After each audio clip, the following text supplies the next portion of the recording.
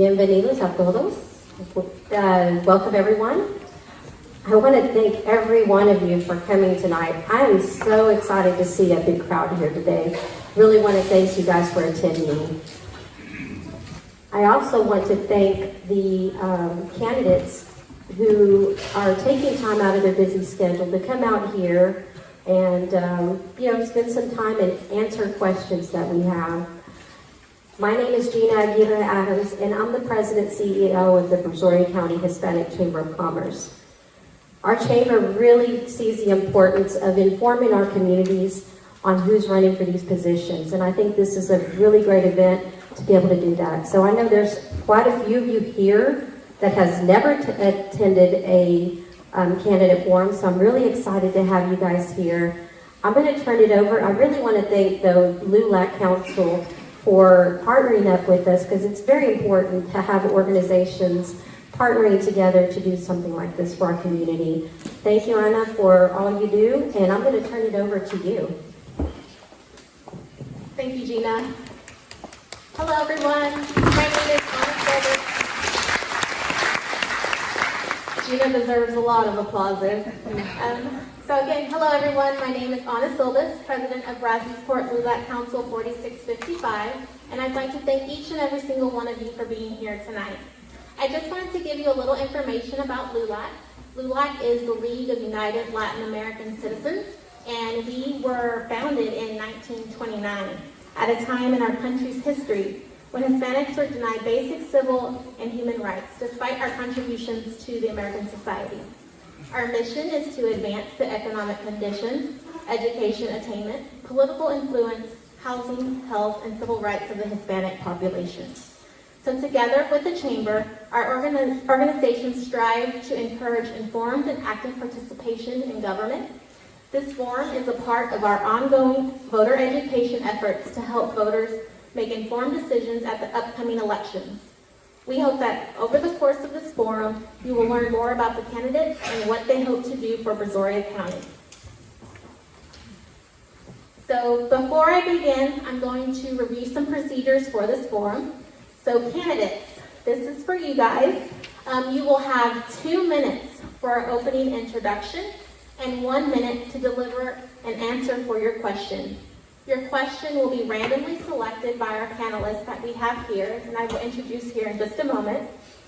And lastly, personal references about other candidates are going to be out of order, as the purpose of this forum is for your voters to get to know who you are. Now for the audience, please silence all electronic devices at this moment, and please remain quiet throughout the forum. No cheering or calling with the exception of clapping after opening statements and individual answers to questions. There will be no questions during the forum. However, after each candidate has had the opportunity to give an opening statement and answer an individual question, if you wish, there is going to be time to engage with candidates after the conclusion of the forum. So thank you again, and just to let you know, we do have, if anybody needs coffee, drinks before we get started, go ahead and do that. Okay. Yes, sorry guys, I'm getting a little ahead of myself, but we do need to do the invocation.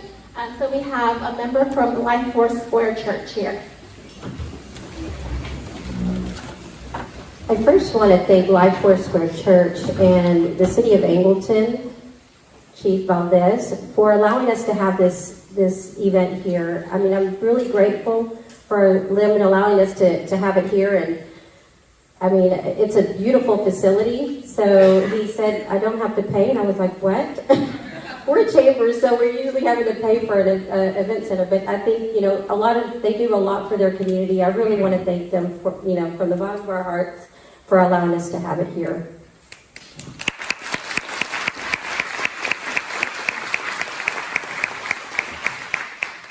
Hey, how's everybody doing? ¿Cómo están todos? They told me to do the prayer in Spanish, but I think I'm going to do it in both, right? Just be patient with my English, amen? It's a really pleasure and honor to be host to y'all and to every single one of y'all, whatever y'all are doing. We know that God has equipped every single one of y'all not only to run for a position, but to serve our community. And that's why it's an honor for us to have her here and host y'all. And I'm Miguel Contreras. I work here as maintenance, but I also attend to La Vida Regional Church right here over by the security building. So we're there, and they just invited me to do a prayer. I welcome you to bow your head so we can pray. Padre Todopoderoso, te damos muchas gracias en este momento.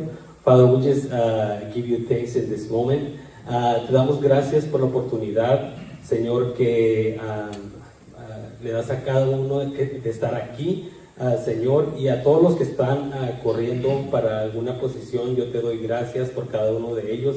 I also give you thanks for every single one that is running for a position. I give you thanks for them. I pray for them. Yo sé, Padre, que pues tú pones a cada uno en esas posiciones. Tú eres el que das la autoridad a cada uno, el que tiene autoridad. Father, we know that you put in those positions or in that authority to each and every one that it's in authority. You're the one that gives that. So we just pray for your peace, for your guidance, for your wisdom over every single one of the people that are here and the ones who are running for any position. Te damos gracias y te pedimos por tu paz, por tu sabiduría, por tu guianza para cada uno de los que están corriendo para alguna posición o para algún cargo de autoridad. Señor, también te pedimos que tú estés aquí hoy en esta reunión. Father, we just pray that you would be here in this reunion, in this event, and that you are the one that is going to guide even the questions, the answers. Tú eres el que te pedimos que tú seas el que guíes cada pregunta, cada respuesta en el nombre de Jesús. We pray all this in Jesus' name. Amen. Amen. Okay, if you'll remain standing so that way we can say the Pledge of Allegiance. I pledge allegiance to the flag of the United States of America and to the republic for which it stands, one nation, under God, indivisible, with liberty and justice for all.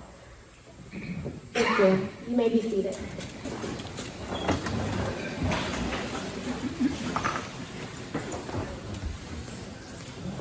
Okay, so we are going to go ahead and get started with our first candidate position. I'm going to introduce our panelists that we have with us here today. So first we have Ms. Marbella Hooper, Chairwoman of the Brazoria County Hispanic Chamber of Commerce.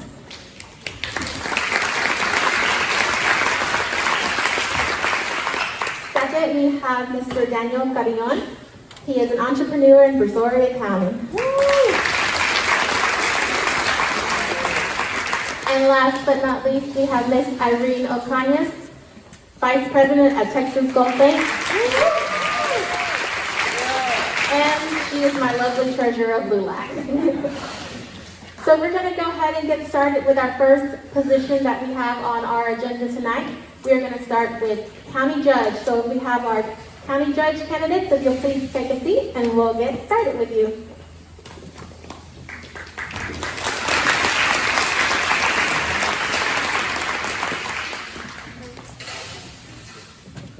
And we're going to start in no particular order, so Mr. Matt Sylvester.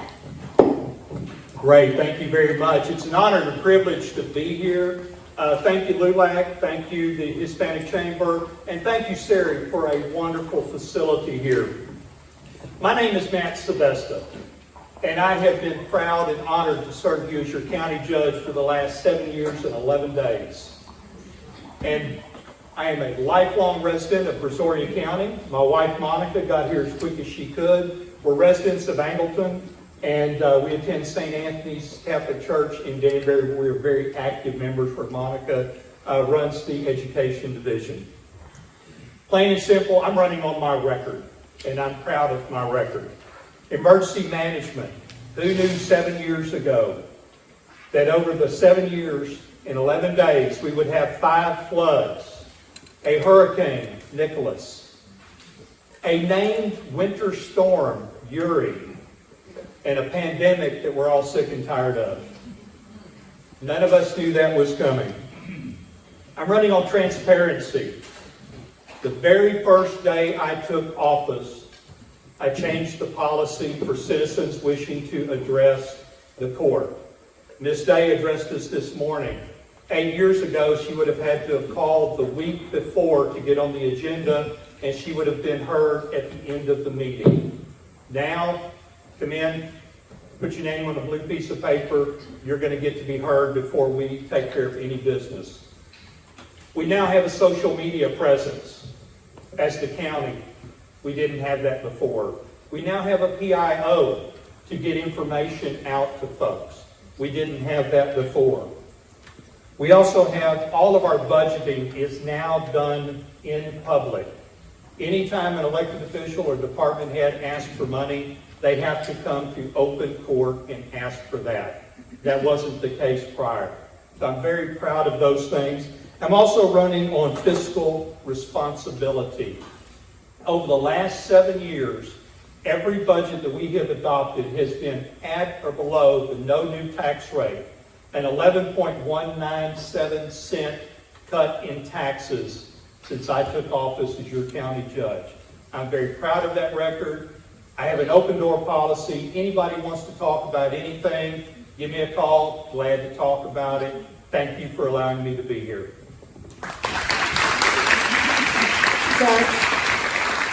Judge, now is your question. Oh, I thought we were going to both talk. Okay, yes, You're ma'am. not ready to sit yet, quite yet. So what do you believe is the number one way to unite residents and elected officials in order to work together to create a bright and prosperous future for Brazoria County? We started that with engagement in education, with our social media presence and updated website. A lot of folks out there don't understand county government. They don't understand city government. They see a lot of the mess that's in Austin, the mess that's in Washington. And they get mad, they get on social media, they just get upset. This is the government that is closest to you. We provide some services. Our best thing we can do is educate folks about what services we provide and provide them.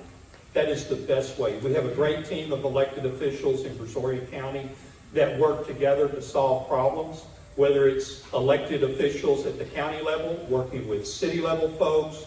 We do that. We really project teamwork and work as a team. And that is the best way we can accomplish things. Thank you.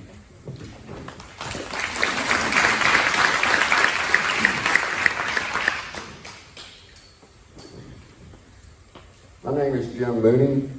As you know, I'm running for county judge. I haven't been a lifelong resident of Brazoria County. 62 is when I finally got here. I've been married for 49 years, 2 children, all raised in the Pearland area, and has been a privilege to live in this county. I served as the city administrator in Manville in the late 80s. Just recently got elected to the Commissioner's Drainage District number 4 in the Pearland area.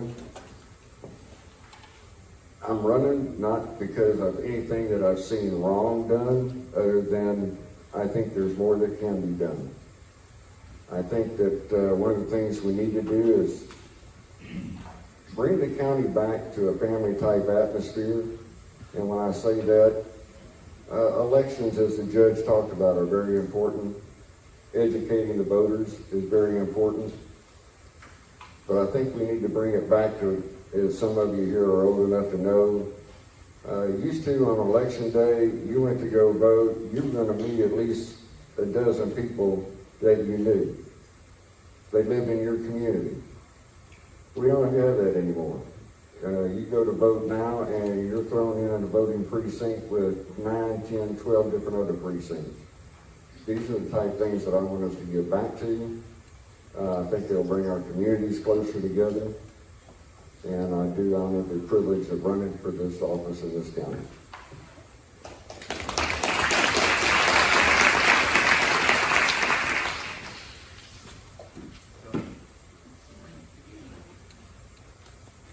Jim, your question this evening is, according to the U.S. Census Bureau, the Hispanic population is expected to be over 111 million by 2060. How do you plan to build a relationship with the growing Hispanic community in Brazoria County? I told someone earlier tonight that my first response when I saw that question was, Lord, I hope I'm not around in 2060. I can't even imagine what my life would be like. But what it really gets down to is, like I was talking earlier, bringing it back to the community and the families that we all know and grew up with, our kids are raised with. I want to see jobs opened up in this county that reflect the population of the county. Not just for Hispanics, but for blacks and everyone. Right now, I don't see that happening, and I just think there's more that can be done to see not only that the jobs are opened up, but that as people are hired, they reflect the percentages of the county itself. I really don't know what else I could say that wouldn't be repeating itself.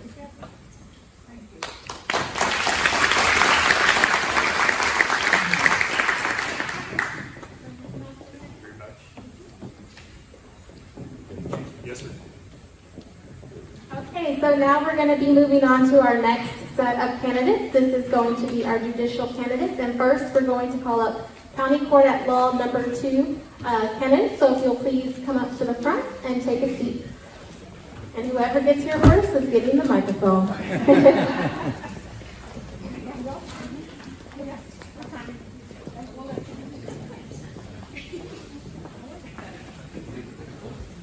No particular order, just.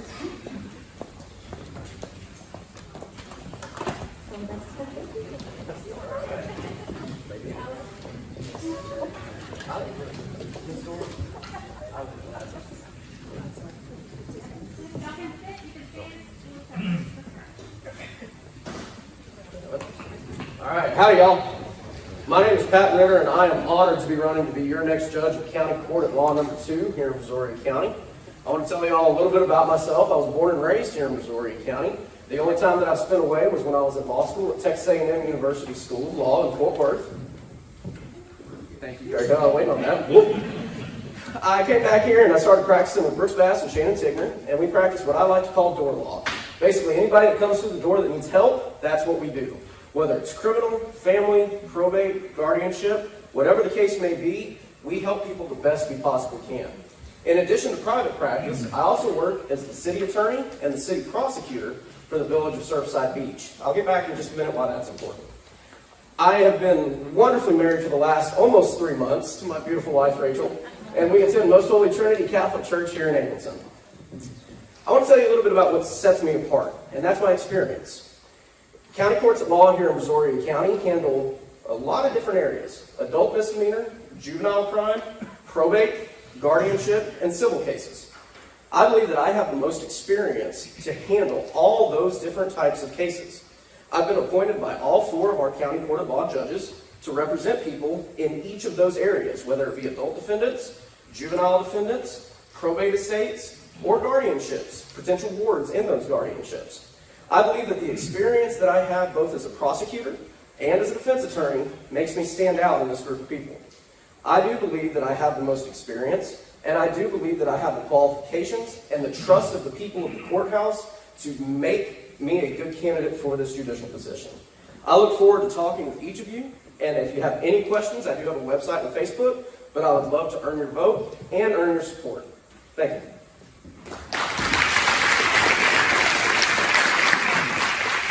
Okay. What do you believe are the causes of the high rates of minority incarceration? So what I will say is that is a difficult question for us to answer as judicial candidates because of what we're allowed to say and what we're not allowed to say. I will say that one of the areas that is a leading area of high incarceration is the lack of financial ability to pay back some of the costs of court. Our judges have done a lot of work here to work on what we call habeas pro fines, which are basically how we get costs paid if people can't pay once they're done with probation. That area is one of the leading causes of why people come back to jail after their court case is taken care of. Outside of that, I do think that there are a lot of things that we can do as the judge, but unfortunately, we can't campaign on platforms. We can only campaign on who we are. So I do think there are a lot of things that can be done, but honestly, I don't want to stretch those rules, so that is as far as I do want to go with that. But if y'all have any other questions, I will be happy to answer them for you.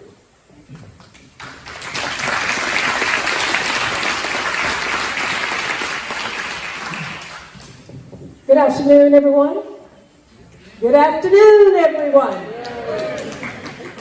Thank you. My name is Dora Bonner, and I am running for judge of County Court of Law number 2, as the rest of these ladies and gentlemen are. I want you to know that I have been in this county all my life. I grew up in Sweeney, Texas. My parents are Wesley and Mary Smith, who are both resting in heaven. I have 10 siblings, most of which are still here in Brazoria County. I have practiced law here in Brazoria County, in Clute, Texas, for the last 30 years. And in that 30-year time period, I have handled all the types of cases that the County Court of Law number 2 will handle. And most of all, I believe that I'm the most mature person on this panel. I've handled all of these times, and I have a good relationship, I believe, with the people of Brazoria County. And when I say have a good relationship with them, just like you just said, people come in, they're looking for somebody to help them with their problem. They really don't care who you are or where you come from. The real question is, what can you do for me? And I believe over the last 30 years, I have answered that question by helping out a lot of people. And not only that, I have been, y'all got to tell me about this time, okay?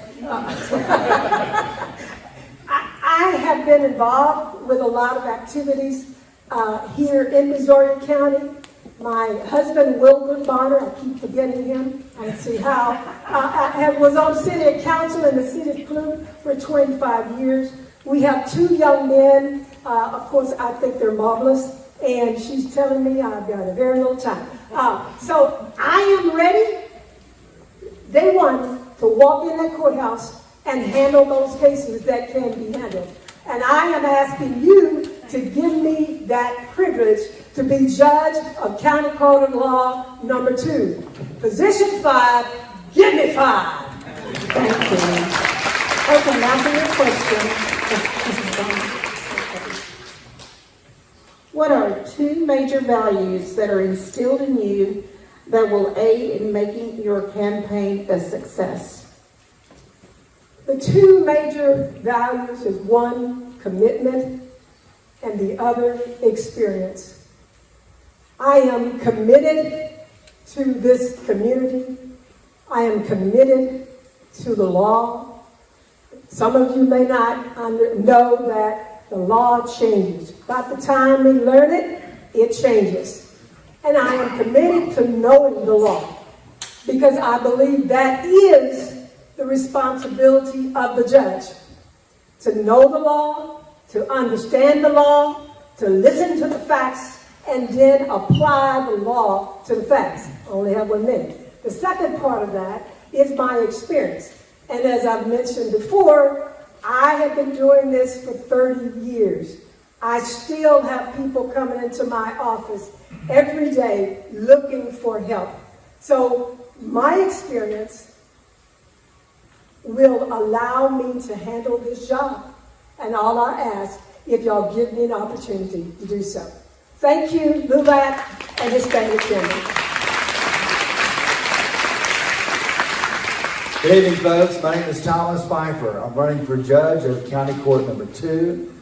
I'm 45 years old. I'm old enough to know better, I guess, but I'm pro-life, okay?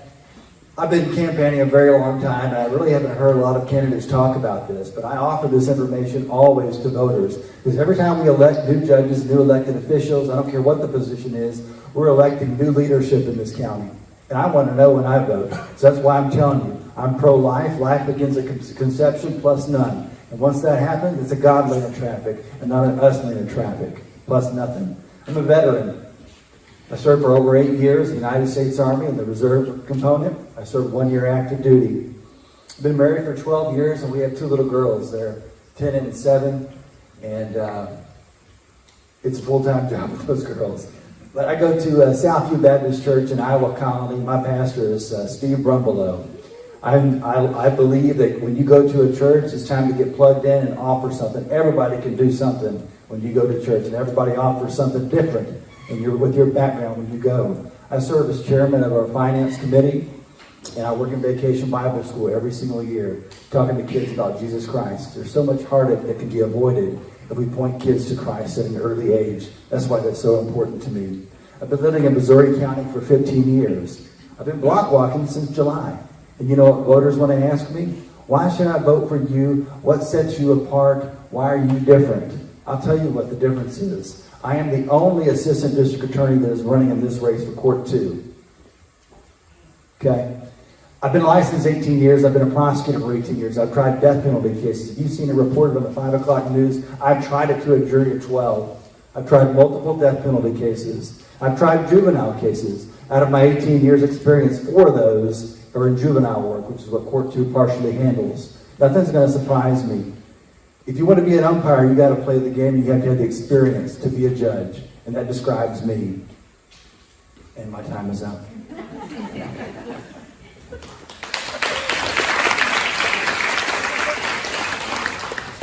Thomas, your question is, as an elected official, it is important to be a visible leader.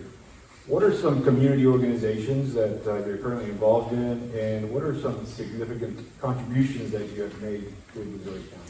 I work part-time for the city of Manville and Pearland as a municipal court judge. All right? I go into the city jail there in Pearland. I see people that are in custody on city matters. Do they pay me a lot? No, they don't. But that's okay. I almost look at it as a form of community service than it is.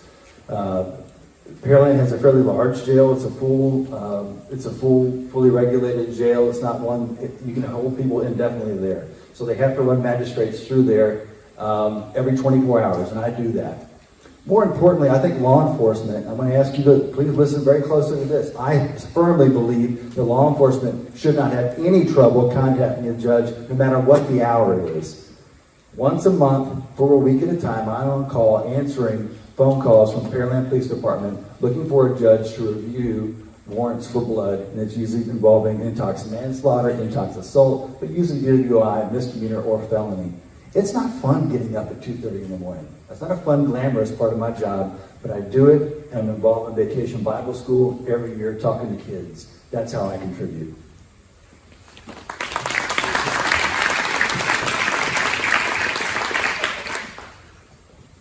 Good evening. My name is Natalie Broadus, and I'm running for Judge of County Court at Law Number 2. I was born and raised in Brazoria County. I grew up in Lake Jackson. I left the county briefly to pursue my undergraduate degree, and then I went to South Texas College of Law, where I met my husband, Nat, who is also a local attorney. Right out of law school, I began working for the Brazoria County District Attorney's Office. I started in the criminal division, so I worked up and I tried cases as a misdemeanor prosecutor on behalf of the state of Texas in the county courts at law. And then I went over to the civil division, and that's kind of like in-house counsel for the county is kind of the best way I can think to describe it. Kind of learning a lot about the inner workings of the county government, and I did a lot of research, and I presented my findings to elected officials, department heads, sometimes judges, their staffs, clerks, things of that nature. So I was with the district attorney's office for a total of 6 years, and then I left and I went and did family law, and then I ultimately ended up practicing with my dad. He's a local practitioner as well. He's been in the county for about 35 years practicing. We do primarily defense, so we represent individuals that have been accused of wrongdoing. We also practice family law. I also do a little bit of contract law and civil disputes for the firm. And then I've also been appointed by the courts to represent indigent defendants and juvenile offenders, and I've also been appointed as a special commissioner for eminent domain cases. And so I say all that, those are all areas of law that hit County Court at Law number 2. I have a lot of relevant experience in that court, and I'm hoping that makes me the candidate for County Court at Law number 2, and I'm hoping to earn your vote in the primaries.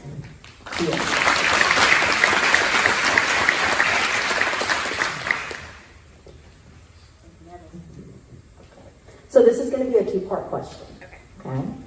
What do you believe to be the root causes for the high numbers of juvenile offenders? And what changes can the court system make to reduce these numbers? Okay, this one hits home for me. I have 3 young girls at home, and I also represent juveniles. And I think one of the issues that we're running into today, for me anyways, is social media and kind of the effects that it has on the family. I think that it's really desensitized all of us, and there is a strange reward system now where kids are out there doing things on videos for likes or approval from others, whereas, we used to play sports and hang out with our friends, and that's how we kind of gained all of our self-confidence. So I kind of see that shifting these days, at least in my family. I think at the end of the day, kids just want to be listened to. They want you to show some interest in their interests and respect them as people. I always try to listen to my juvenile offenders. I think a good way to go about it too is to educate them on their actions, the severity of them, the consequences, and be firm but loving as well. Thank you.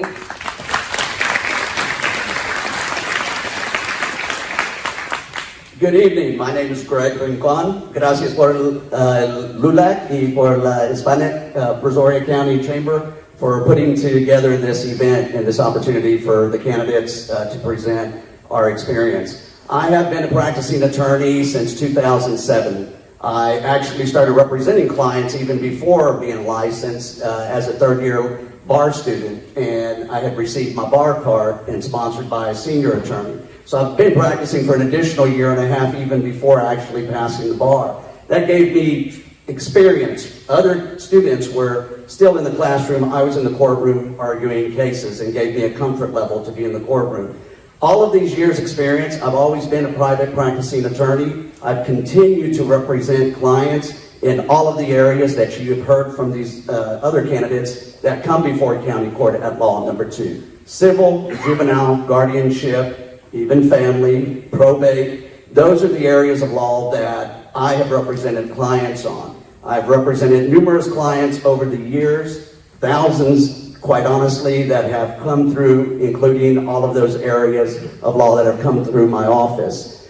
What makes me different in this race is that I'm the only candidate that is a former peace officer. I actually patrolled the streets of Harris County as a deputy constable. And I'm the only one that has that experience of the civil procedure, the Texas Penal Code, taking the T-close license and being a licensed officer.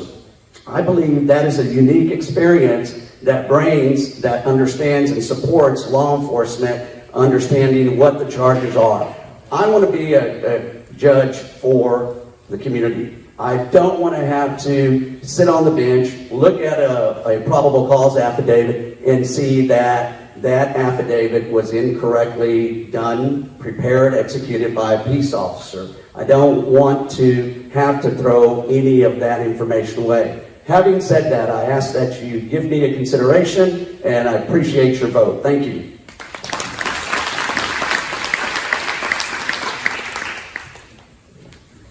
Okay, your question is, what do you believe separates you from the other candidates in your race? Well, thank you for the question. As I said, I'm the only candidate that is a former Texas peace officer. I'm also the only candidate that is certified as a trained mediator, civil trained mediator, and a family mediator, as I believe. I'm also the candidate that has continually been in private practice, representing all of the areas of law, the clients in all of the areas of law that come before Brazoria County on a consistent basis. That unique experience makes me the best candidate for this race. I am able to speak, obviously, Spanish. I'm fluent in Spanish. And so it brings me to a level of being able to communicate with the increased flux of, unfortunately, the defendants that we have that are Hispanic culture in our community. And as has been noted just a few minutes ago, the large population of Brazoria County, that is inevitably what we see. And we see that every day in today's court, all of the large amounts of the Hispanic community. So those are my attributes. Those are the things that make me stand out. I continue to be involved in the community, and I again ask for your support and your vote. Thank you very much.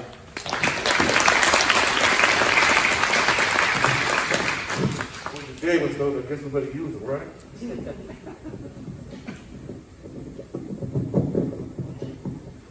Okay, good afternoon. My name is Terrence Norman. First of all, I want to thank you guys for inviting me. I really appreciate it. Can you hear me okay through the lens? No. No? Okay. Thank you. As I said, my name is Terrence Norman. As I look out, I see a lot of familiar faces. Tell you a little bit about myself. I am a United States Marine Corps combat veteran.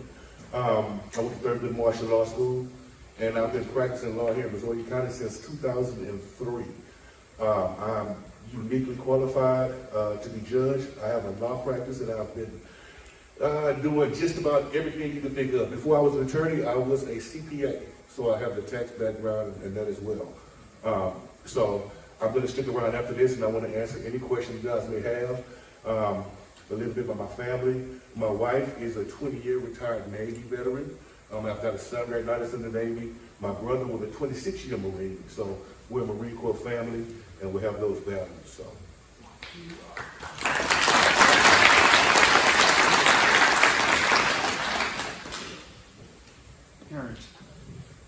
Terrence, your question is, what steps would you take to ensure a fair trial for the accused in your court?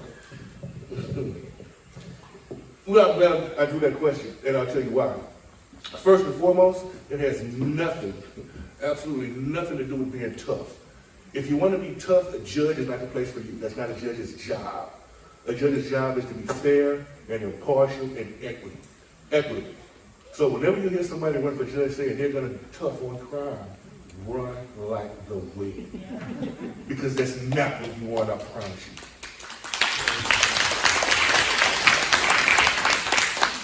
you. Impartiality, cool under fire. There's no room for your personal biases on the bench. If that is going to affect your decision making, don't vote for it. If you think it will affect my decision making, don't vote for me. That's not what you want. So, in a nutshell, basically, I'm asking for your support because I can be fair and objective, and I think I will be great for this county. I have a history of service. I served, like I said, in the Marine Corps, and I serve right now on the Brazoria County Veterans Treatment Court. I'm also a life member of the Veterans of Foreign Wars as a senior vice commander. So, and I'm going to stick around, and I'd love to answer you guys' questions. Thank you.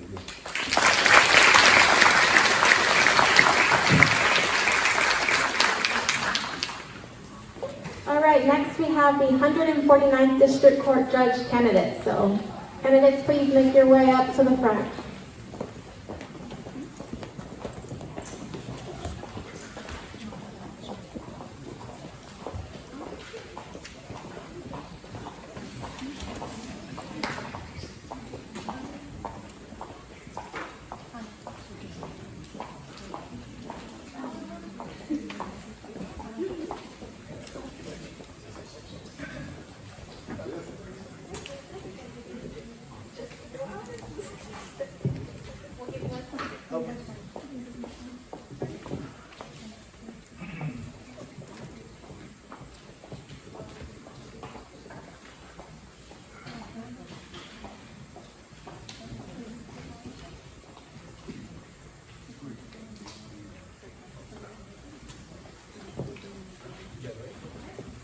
Good evening. My name is Doug Colvin, and I'm running for the 149th District Court. I'm going to do things a little different tonight in that tell you what this court does.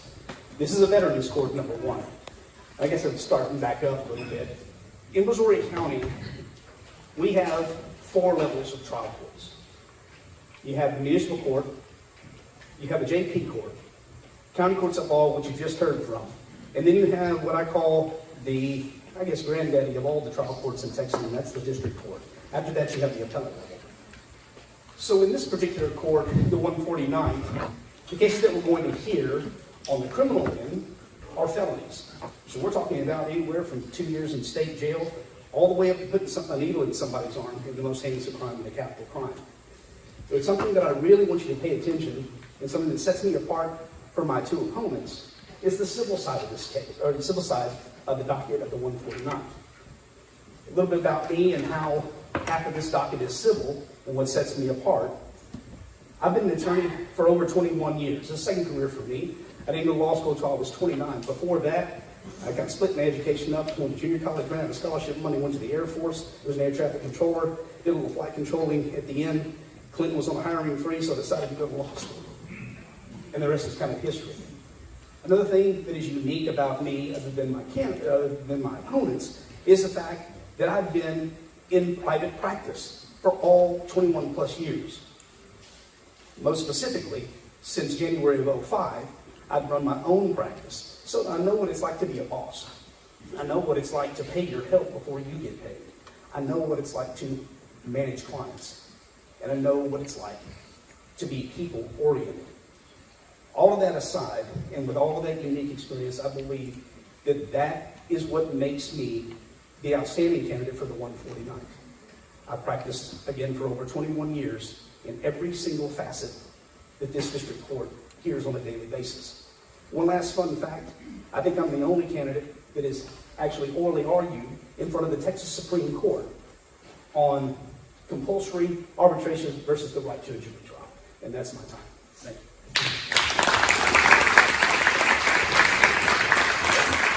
Thank you. In your opinion, what is the most important issue today that needs to be addressed in our judicial system? I would say trial by public opinion, if that makes sense. I can't get into the issues and anything else, but if you're talking about something that, well, I'll say trial by public opinion, number one, and number two, COVID catch-up is what I want to call it. COVID, as you know, has put a foot on the judicial system for about a year and a half, almost 2 years now. We have 5 district courts in Brazoria County, all 5 of which handle felonies. The backlog is incredible, folks.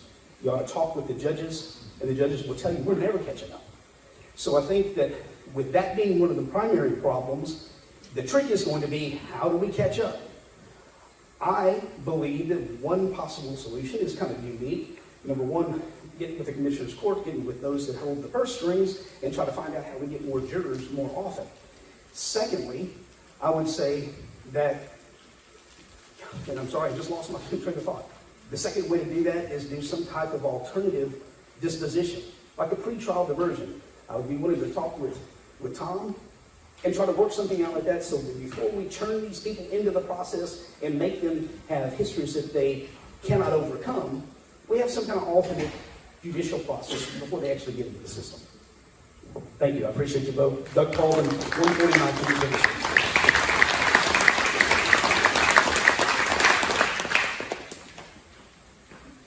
Hello, my name is Jessica Pulcher, and I'm running for judge of the 149th District Court Bench. I have been licensed for 26 years. I have been with the District Attorney's Office for 22 years. In January of 2000, Jerry Yenny hired me as an assistant prosecutor, and I have been a trial prosecutor the entire time. Prior to the 22 years serving with Jerry Yenny, I practiced civil law down in Corpus Christi. I am the only candidate that is a trial prosecutor in this race. And what I mean by that is I am the only candidate that has been a lead prosecutor to pick a jury in Brazoria County. I am the only one who's walked into a courtroom, introduced myself as Jessica Pulcher, called witnesses to testify, and presented a case as lead prosecutor in Brazoria County. Not too long ago, I tried a case involving a gentleman by the name of Antoine Gorman down in Freeport. Antoine Gorman drowned his girlfriend's 8-week-old baby. To be a trial prosecutor, you go out into the community and you talk to the neighbors.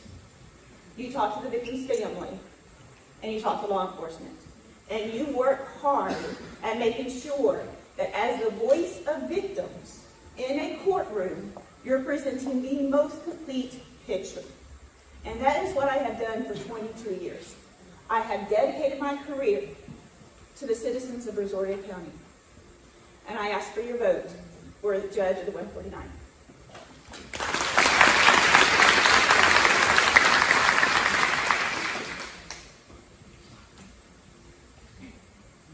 What do you perceive as the greatest obstacles to justice, if any?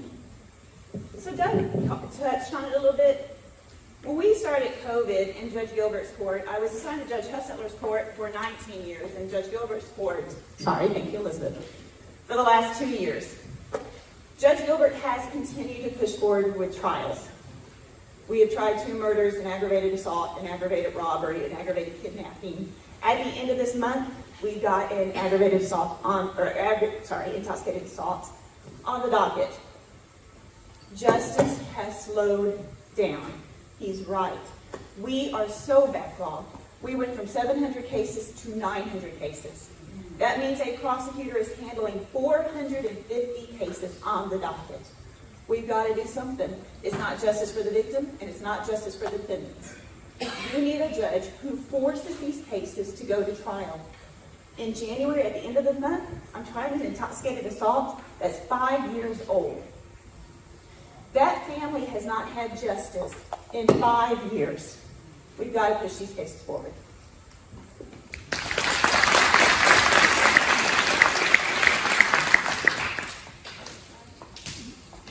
Good evening, ladies and gentlemen. I'm Michelle Townsend, and I'm running to be your next judge of the 149th District Court. After graduating from Rice University, I went to law school. I took a job as a civil litigator fresh out of law school, and my husband, Travis, took a job with the Brazoria County District Attorney's Office. Over dinner, he would come home and tell me all his trial war stories, and that got me thinking that I would like to get a little more trial experience of my own than you get in a civil litigation firm. I was offered a position with the Harris County DA's office and worked there for several years before opening my own firm, where I handled a wide range of cases. I then did contract work and was appointed as a municipal judge for the city of Angleton while in private practice. I now work at the Brazoria County District Attorney's Office in the Felony Intake and Grand Jury Division. I am the only candidate in my race who has sat on every side of a case, with experience as a prosecutor, as a civil litigator, as a criminal defense attorney, and with the judicial experience.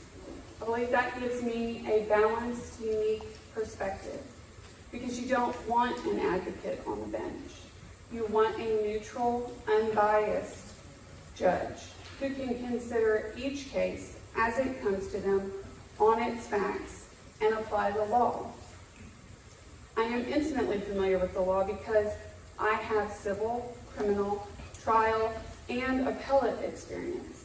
Appellate experience requires you to dig down deep into the law and to research. That's something every judge should do when an issue comes before them that they're unfamiliar with. They need the humility and grace to know what they don't know and to either ask their colleagues, their fellow judges, or to go do the research themselves, or both. They also need the grace to be a resource to their colleagues. I'm Michelle Townsend, and I hope I have your vote and your support.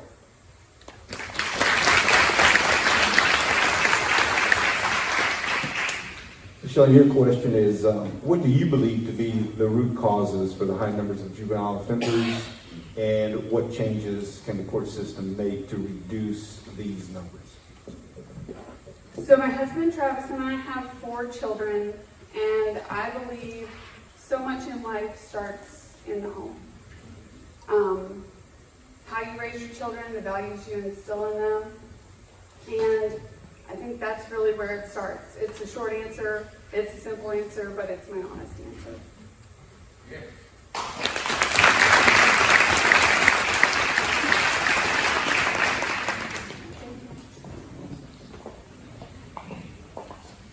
Okay, next we're going to have the 239th District Court Judge candidates.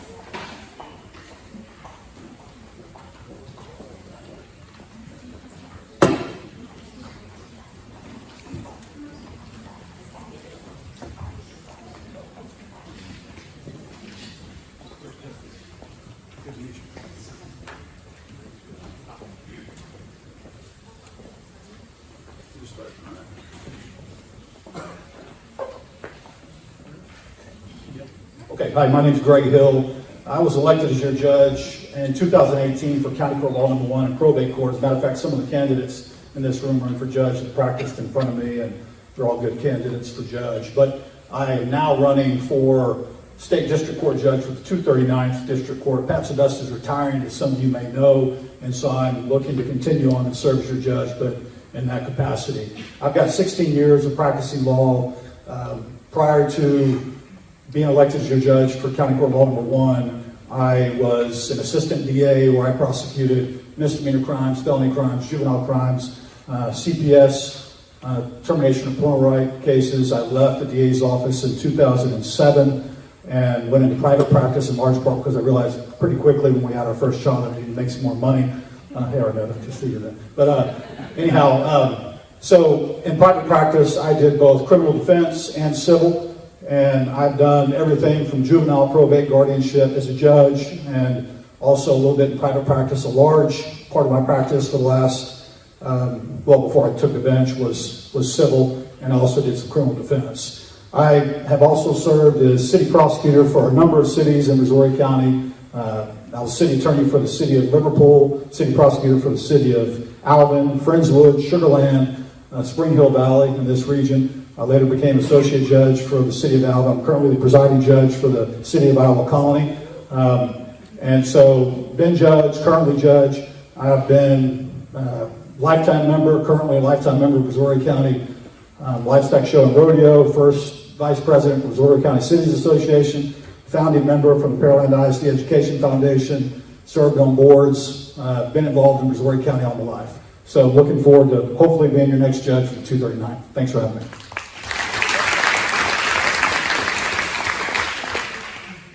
Thank you. As an elected official, it is important to be a visible leader.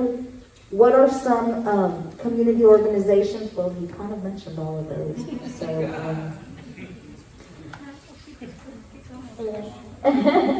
the organizations you are involved with, what are some significant contributions that you have made to Brazoria County? So, I also served on Pearland City Council 3 terms and was mayor pro tem. I'm 51, and I went to law school later in life when I was 32, but some folks up in Pearland like that when I was on Pearland City Council, I lowered the tax rate and got a playground outside, mod pizza behind HEB, and so that's important to some people in Pearland. But at any rate, served, like I said, not just those associations that I mentioned, currently with the Danbury Rotary Club, Pearland Exchange Club, just a number of different organizations. I was president for the Pearland Lions Club and also served as cabinet secretary over all 84 clubs throughout Brazoria County and our region. As well, that wasn't real fun because they didn't like when I came calling asking for money, and that was my job. They needed to pay their dues. But served in several capacities just trying to give back to the community. Oftentimes people think you've got to be an elected official to do so. You don't. You can just get involved in a civic organization and just try to do what's right for people and help people and love people. So, yeah. Thank you. Appreciate it.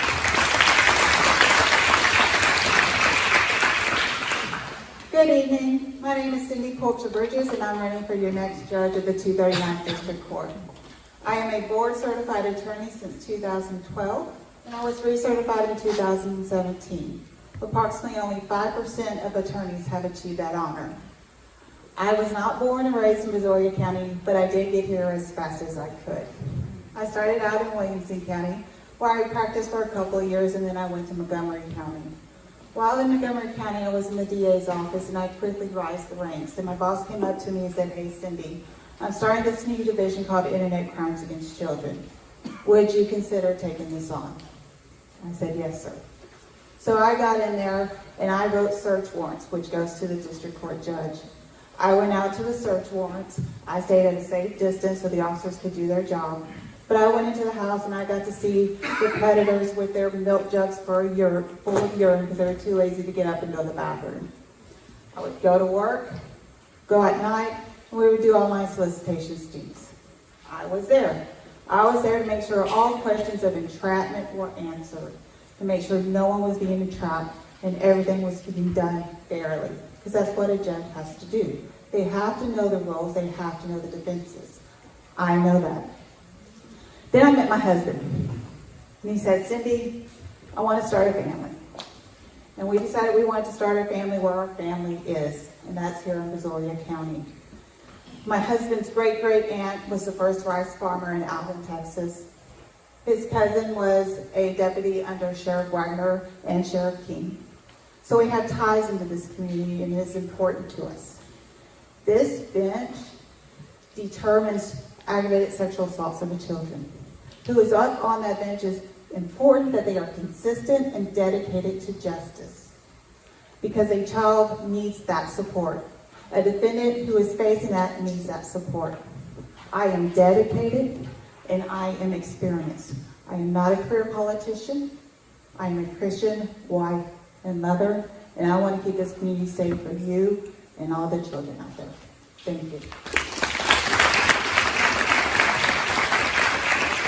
Thank you. Your question is, what are 2 major values that are instilled in you that will aid in making your campaign a success? 2 major values that are instilled in me, pretty much put into us by our father and mother, is being hardworking and being dedicated. I'm very hardworking. As I told y'all before, I was up at 4 a.m. with those officers, sleepy in my eyes, but I was there to be there for them if they had any questions. I would be the same as a judge. If an officer needs a search warrant done, I know what details needs to be in a search warrant. I know what conclusionary statements are, so I can protect anybody that officer is going in to do a search warrant on. I am also dedicated. I've had 3 jobs in my 19 years as a prosecutor. Every single job, I left on a Friday and I began work on a Monday. Every single one. If I give my word that I'm going to do something, I'm going to do it. So if I tell you, if you put me on that bench to be your next 239th District Court judge, I will stay on that bench. Thank you very much.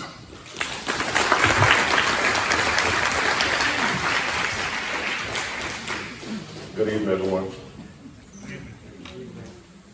And then the Spirit of the Lord descended upon John. What a country.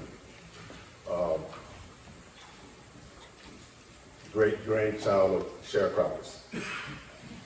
That's what I am. I'm not a politician. I'm not running to be one. I'm running to be a fair and impartial human being that can sit and judge the facts and apply the law. My name is Percy Singleton, Jr. I am from Pine Bluff, Arkansas. I've been a resident of Brazoria County since 2007. My children are here. My wife is here. I've been practicing law for 17 years. I've tried non-death capitals. I've tried traffic tickets. I've written appellate briefs. I've written new law in Texas, but none of that matters when you get on the bench.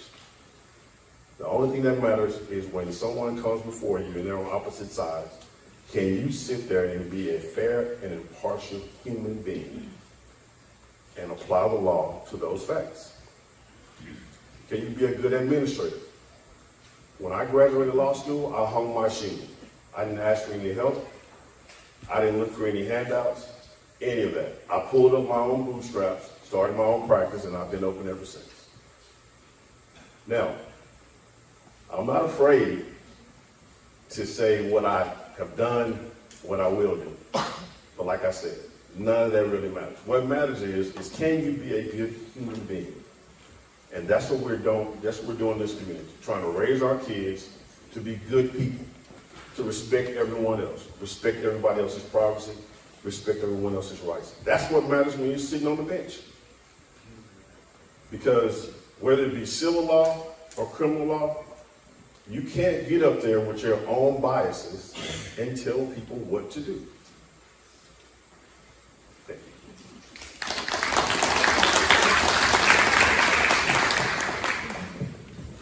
Percy, your question is, what steps would you take to ensure a fair trial for the accused in your court? Well, I think when you hear that question, for those who may have not practiced law, it's kind of loaded. What I think a good judge needs to do is just be a good referee. Make sure they handle the issues properly. Make sure that if there's an issue that comes up, they can go back and say, hey, let's take a break. Let's get some more information, do more research, and find out what's the best way to handle it. Because, as I heard one candidate say earlier, the law changes so fast, and you can't be, so stuck in concrete to where you can't change. For example, there was an issue that I wrote about that I wrote in the law in Texas. It was already in the statute, but the judge decided something else from the bench that wasn't in the law. So it took me several briefs and arguments in front of that judge and in front of the appellate courts to overturn an issue that was already in the law. So what we don't need is legislative judges. We need people who are going to follow the law.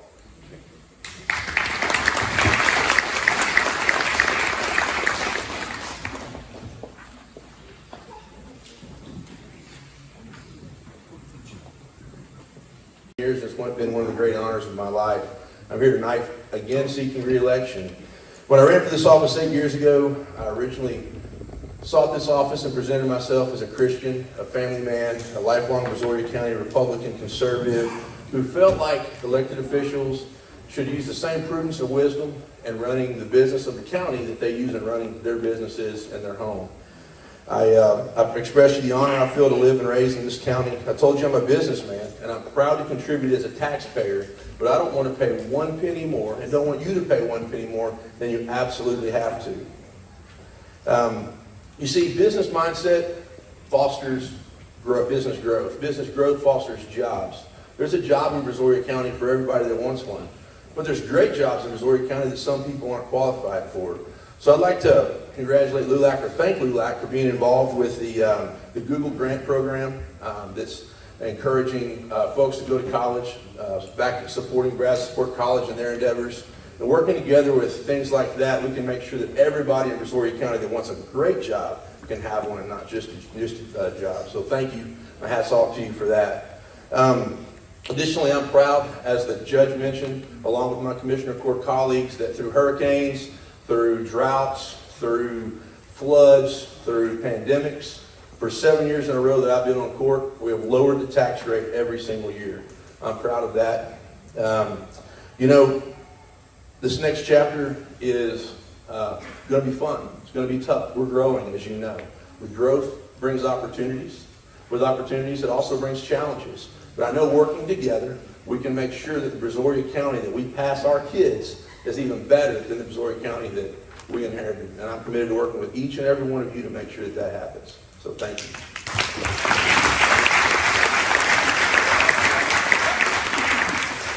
Thank you, Randy. Your question is, it's a two-parter as well. Okay.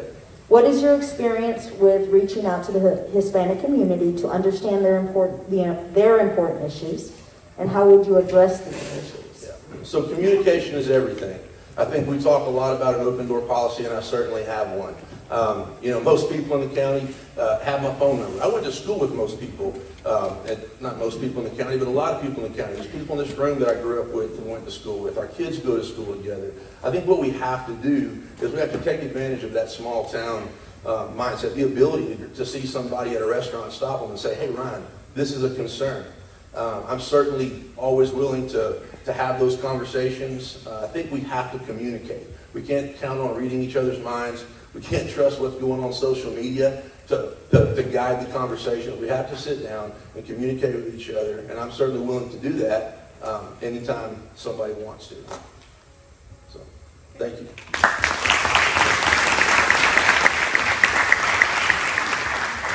Do you need to lower the camera? Because I'm a fair bit shorter than the commissioner.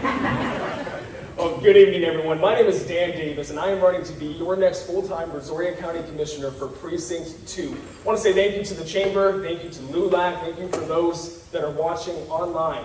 I want to tell you a little bit about myself. I've been married to my amazing wife, Erica, for 10 years now. We just celebrated our wedding anniversary. We got married whenever I was 18 and she was 20. She was my boss at the YMCA. She's still my boss to this day. And you know the famous and wise saying, happy wife, happy life. We have two incredible kiddos, ages 7 and 5. We went to Bible college together in Dallas. We were missionaries in Japan for almost a year, and that's actually where my daughter was born. In 2016, we moved back to America. We wanted to find somewhere to raise our family, somewhere to plant our roots. And we chose Brazoria County because it's special. It's not just somewhere for us to sleep at night and then go work in Houston, as some would lead you to believe, but it has afforded my family, like countless other families, like each of you in this room, so many opportunities to be successful in life. I am proud to live in Brazoria County, and I hope that you are too, because each of you wouldn't be here tonight if you weren't proud. I also went back to college at the same time, graduated with honors from Oral Roberts University, and I've been serving on Manville City Council for the past 3 years. We have knocked on hundreds of doors since announcing this campaign on December 6th. One of the things that we hear from a lot of people is that experience matters, but it's the right experience. They want somebody with a track record and experience of not just cutting the tax rate, but actually being a fighter to reduce their tax bills, because they can keep more of their hard-earned dollars in their pocket, and with that, they can spend it at our businesses. And speaking of businesses, they want somebody with a track record and with the experience of fighting for our local business owners, not standing to the side while their businesses are closed down because the government deems them as non-essential. And most importantly, they want an elected official who's going to work for them, not against them, in a proactive way. And I believe that I have that track record and I have that experience. Thank you.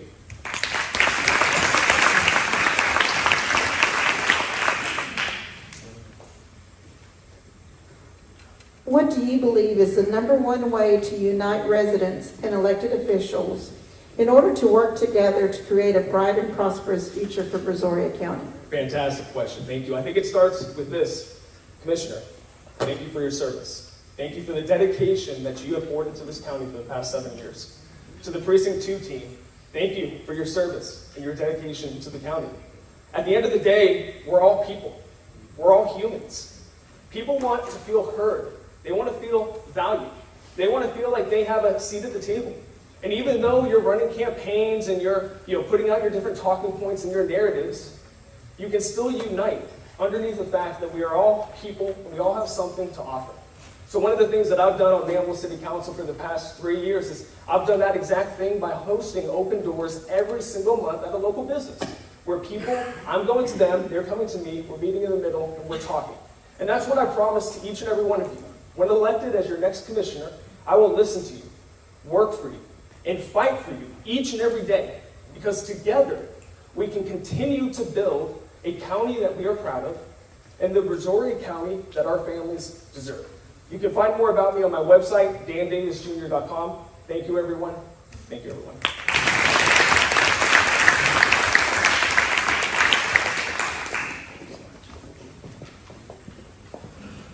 Okay, next up, now we have district clerk candidates. If you will come up and take a seat for us.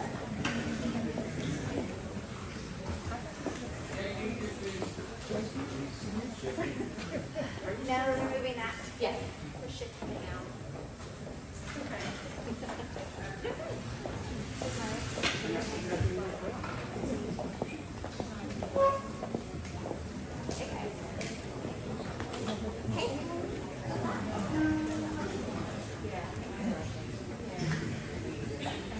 Alrighty, and we'll go ahead and pass the mic. So you can, ladies can have a seat, and we'll go ahead and start.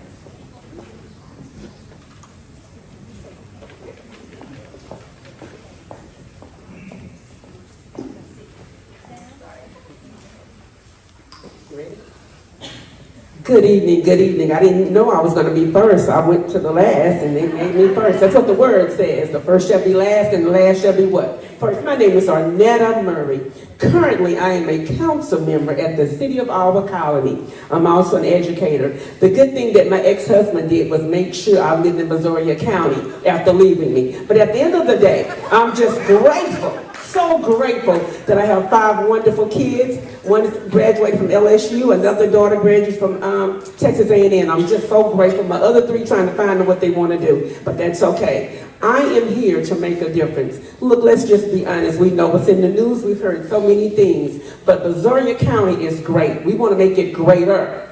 So that's my mantra, to make it greater, to make sure that we make a difference, to make sure that all have an opportunity, that we're being fair and just for all. But let me say this and I'm done. I can go to the questions. As being an educator, I'm about consequences. If you do wrong, you pay the consequences. But I'm also about fairness. We have to instill and make sure that we're doing what's fair. Look, I have no relatives here.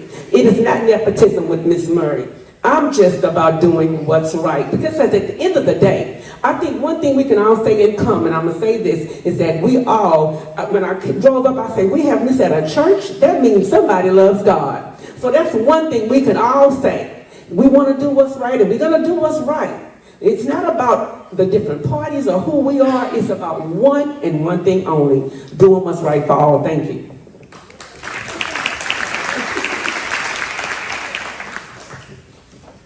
Ms. Ardetta, your question is, what specific steps will you take to ensure the process of selecting a pool of jurors will be fair and accurate?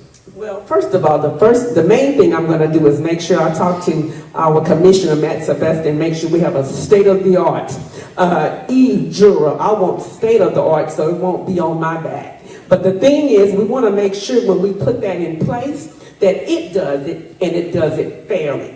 Now, in doing so, of course, I'm going to have to oversee some things, but the main component is to make sure that it's state-of-the-art e-juror. I know we have something right now, but I want top-notch. I believe we should be the best in America, not just in Brazoria County. I want to make sure what has happened will never, ever happen again. Thank you so much.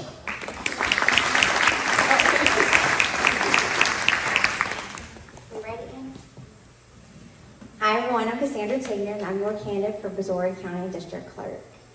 I'm a lifelong resident here in Brazoria County. My husband is William Tigner, who is an attorney here in Angleton. We have two wonderful kids, our son Jaden and our daughter Cadence. I am currently employed with the Brazoria County Clerk's Office for the last 8 years, where I've helped implement new protocols and procedures. During my time with the County Clerk's Office, I've been able to expand my knowledge in each of her departments: juvenile, criminal intake, civil probate, collections, what they handle misdemeanors, collections, where we do collect on behalf of the district clerks and county clerk. They take it over to the East Annex. We have records where we house the sheriff's department, the county clerk, and district clerk, and we quality control them. We also have voter registrations and elections. I am fully trained and capable to manage each of these departments. During the pandemic, all courts had to adjust. My courts were successfully the first one in the whole entire courthouse to go paperless. And what that entailed means I was able to bring innovative technology, meaning the judge, prosecutor, defense, y'all were each able to hear the whole hearing from either your office, your home, because you might have COVID or your kids might have COVID. The county clerk's office never stopped. She continued to go, even during the disaster of that freeze. I was there with a hot mess with a big messy bun and everything else while the judge was at home. I think Patton was at his office, and the prosecutor was in Pearland stuff. The reason why I'm running for district clerk is because I have 15 years administrative experience. I also have 8 years courtroom experience. I have 6 years banking, financial, and credit union, so I'm able to do a budget. I also have 6 years of human resources, so I'm able to connect with the staff. I'm able to see it from your side and also on my side as well. I also help with hiring and firing for the county clerk's office. And I just want to be able to have the opportunity to bring what I know to the district clerk's office.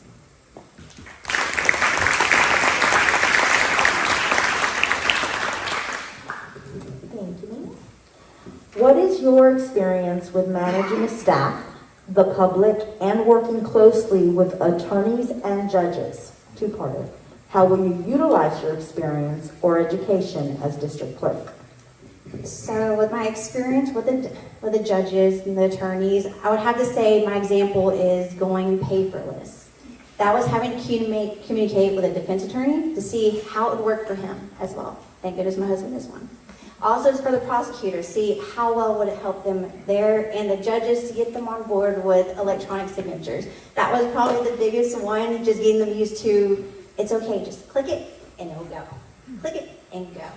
And so right now I'm a supervisor, so I was able to do my staff as well. Like, this is what we're going to do. This is how we're going to ease everyone into it. Baby steps, and we got it. That's how we do it.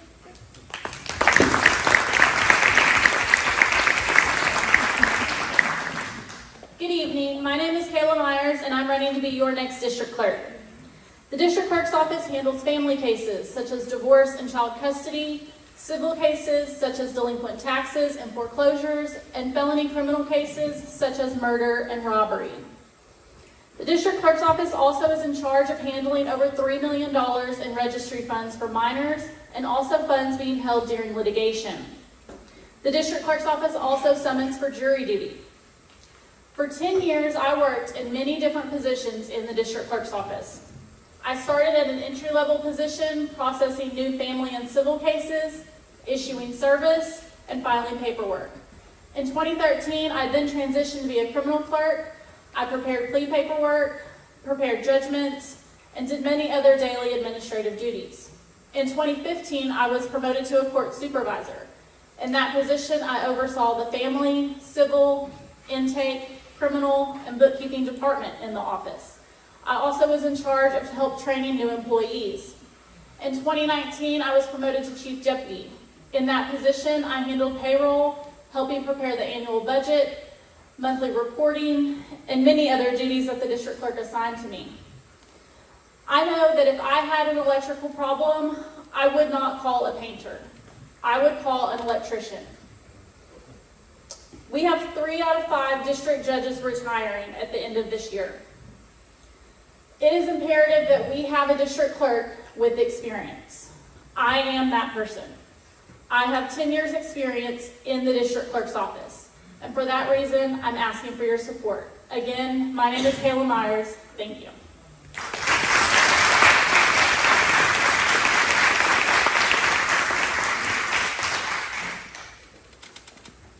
Okay, Kayla, your question is, what are 2 major values that are instilled in you that will aid in making your campaign a success?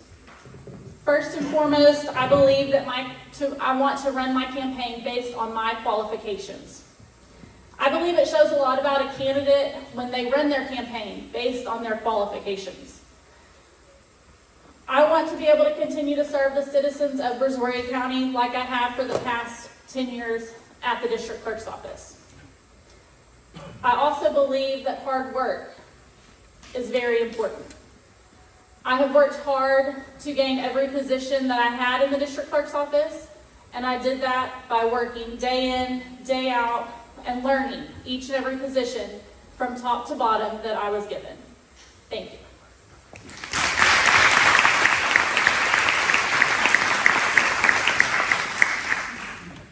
Good evening, everybody. My name is Dana Reed. I am a member of Grace Community Fellowship Baptist Church, and I've been married to my husband for 32 years, Tracy.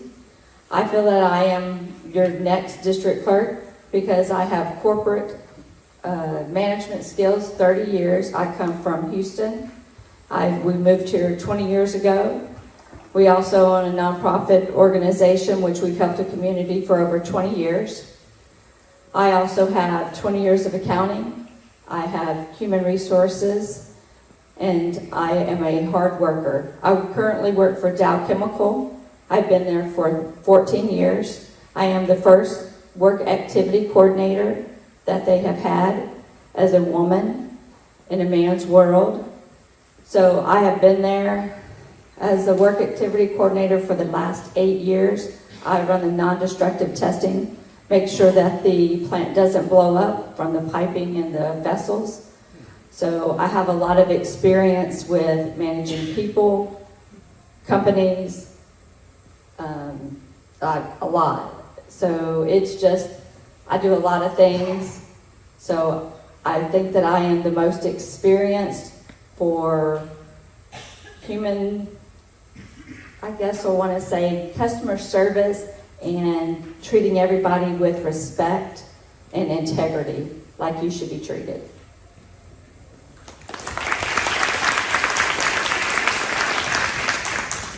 Dana, your question is, as we know the district clerk position is a very important integral part of the court system. What do you believe is the most important aspect of that position and why? I believe that the most important aspect of that is, number one, treating everybody fairly. Everybody deserves the respect and the dignity that you would like to give to everybody else. The attorneys and the judges and the customers in the community need to be treated with respect. Everybody that comes in, you don't know what their issues are or what they've had to handle that day. So treating them with respect and listening is very important to someone, because you don't ever know what's going on behind the scenes.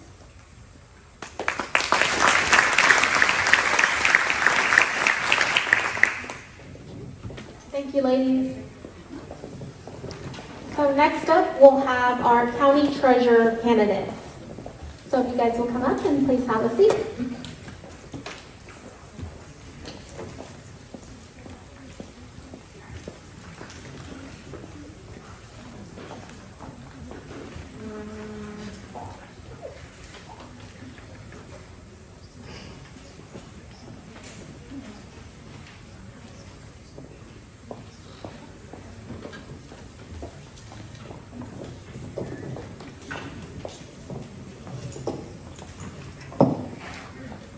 Good afternoon. This is a real experience for me.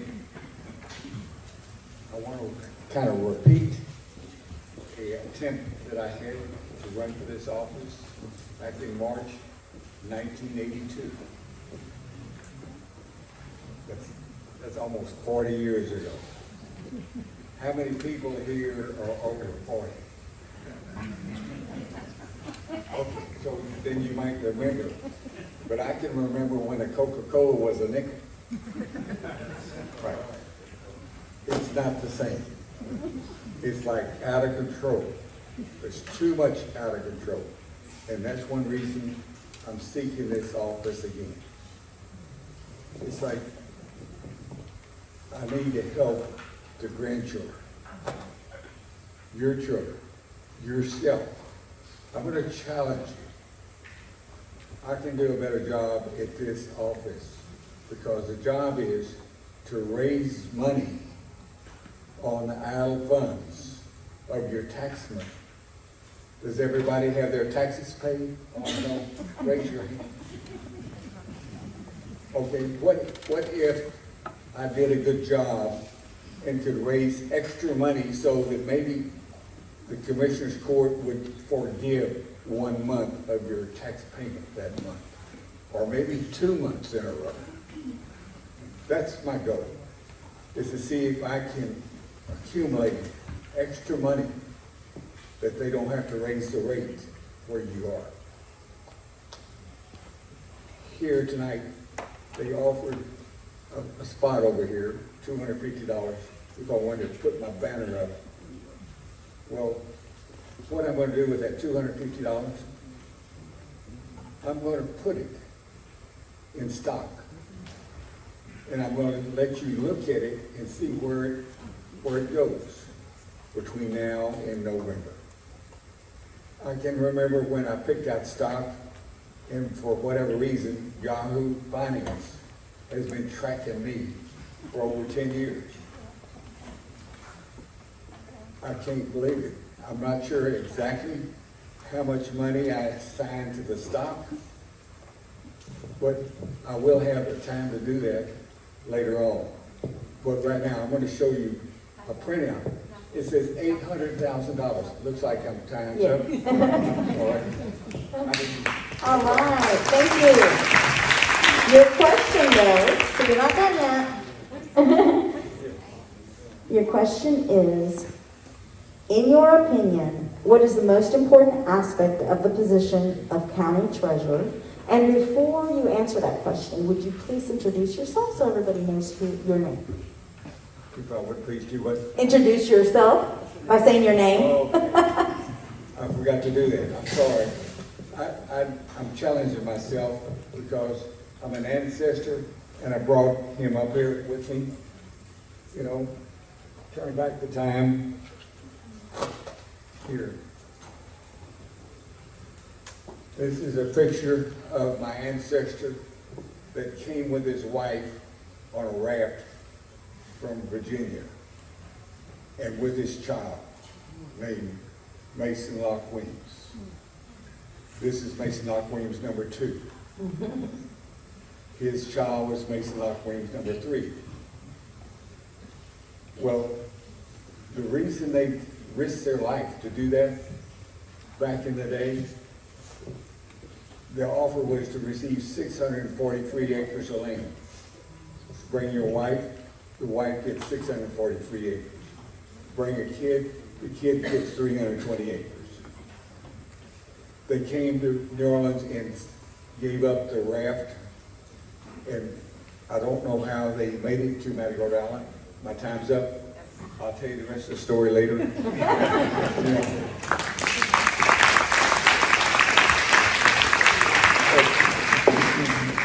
My name is Mason Locke Weems, number 6, and that's questionable. I really think it's number 7.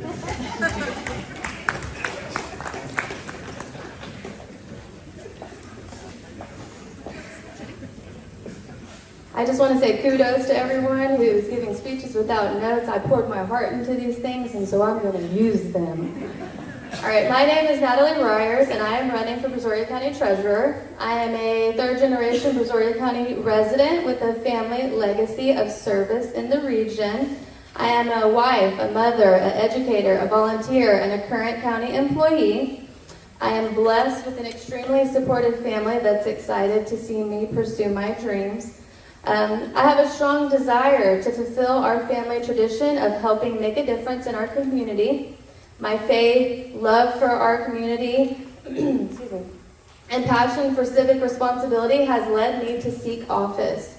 For the past 15 years, I worked in education. The last 7, I spent at Angleton Christian School, where I taught 4th and 5th grade science and Bible, and I also coached junior high and varsity volleyball, and you can still see me on the court today when I play for teams at different schools, which is exciting. I earned my bachelor's degree of social work and my master's degree in education at the University of Houston Clear Lake, where I graduated with honors. As much as I loved my career in education, I knew that I wanted more, so I sought out a new career path and was fortunate enough to obtain a position at the Brazoria County Tax Office.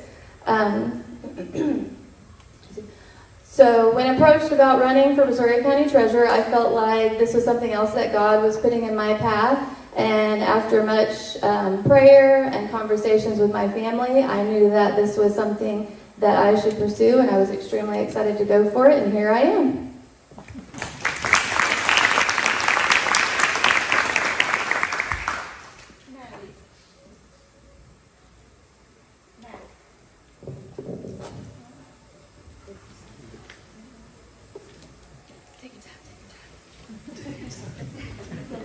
Test, okay. Natalie, your question is, specifically, what experience or education do you have with investing and managing fiduciary funds? What is your investment strategy for county funds? So I have a bachelor's degree in social work and a master's degree in education. I feel like with every job that I have held, there has been some sort of financial component. I currently work for the tax office, where I get daily hands-on experience with the financial systems of the county. I believe that the role of treasurer requires more than just education and experience. I think it's important that we consider the candidates' intentions, their values, and their work ethic. My education and daily work has shown my passion and commitment for serving my community. I earned both of my degrees while working full-time, raising 2 children. I graduated with honors, and I feel like through sheer hard work and determination, sorry, I lost my train of thought. My eagerness to succeed, coupled with my strong work ethic and commitment to the job I have held, has also added value to my education and experience. I've spent time with our current treasurer, And as far as making change, I feel like if it's not broke, don't fix it. She's done a great job, and I hope to continue that legacy of integrity that Kathy has currently exhibited and her staff in our current office.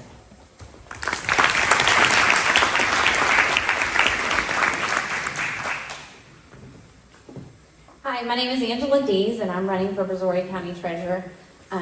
I grew up in Brazoria County. I graduated from Angleton High School and went on to Texas A&M University, where I received a Bachelor of Science in Business, and then decided to come back home and raise a family and pursue a career. I am married to Derek Dees, who also grew up here, owns Dees Financial Services, and we have 4 children.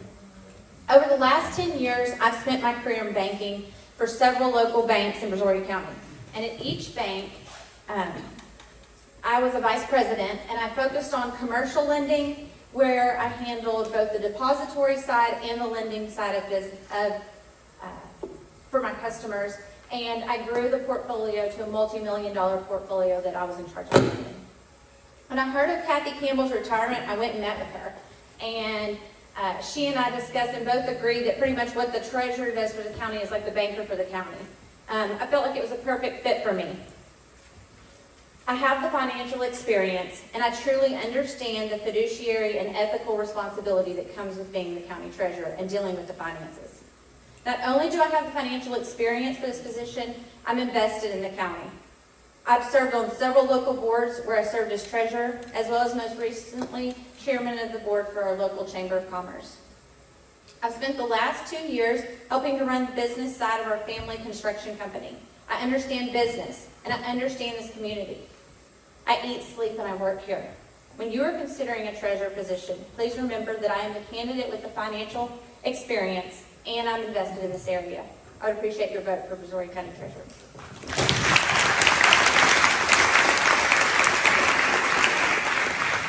Angela, your question is, if you're elected as the county treasurer, how do you plan to ensure that there is financial transparency in Brazoria County?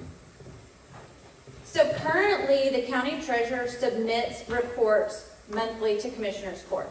I would continue doing this. The state only requires that the reports are submitted quarterly, but submitting them monthly allows no lapse in time for vulnerability. All the reports can currently be found online, and actually, before I came here tonight, looked it up and printed out a report just to see the transparency that's currently there. So I would continue with that.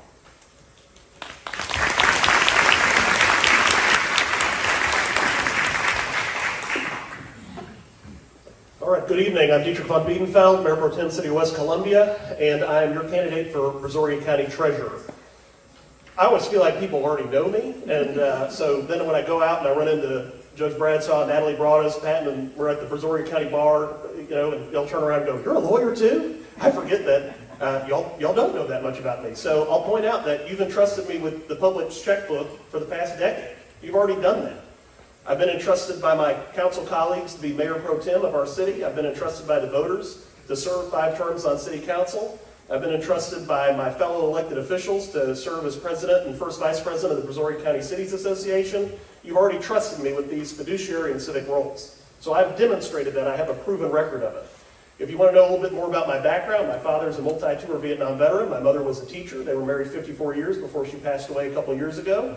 My sister's a teacher. Another sister was in the Army. My nephew was in the Marines. We have a history of family service. We won't go too far back on my father's side of family service. We'll stop at my father.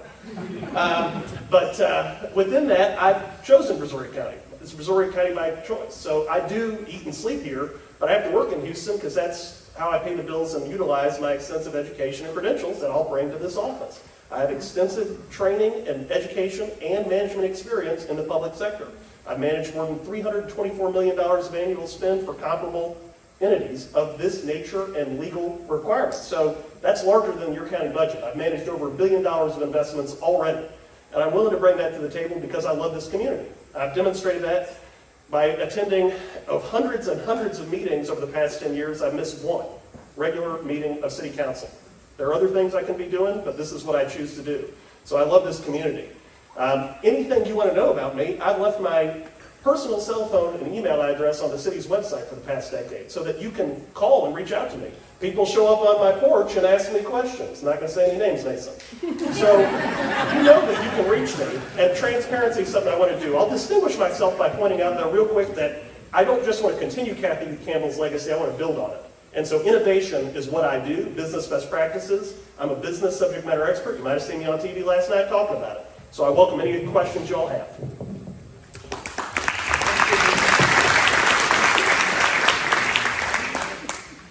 What are two major values that are instilled in you that will aid in making your campaign a success? I think in the campaign and in the treasurer's office, my family's motto of ad majorem Dei gloriam, all for the greater honor and glory of God, comes into play. I'm not perfect. Y'all know that. And again, I figured y'all knew everything about me already. So I will say that my professional dedication and aspiration to do better is something that I'll bring to the campaign and this office as we take the office forward. I want to add new processes, tools, and technologies like many other candidates to ensure that transparency and accountability are improved, but also better management and accountability of those funds. If you print out the treasurer's report now, you'll see some of those pages are done in a vertical way instead of horizontal where you can read them.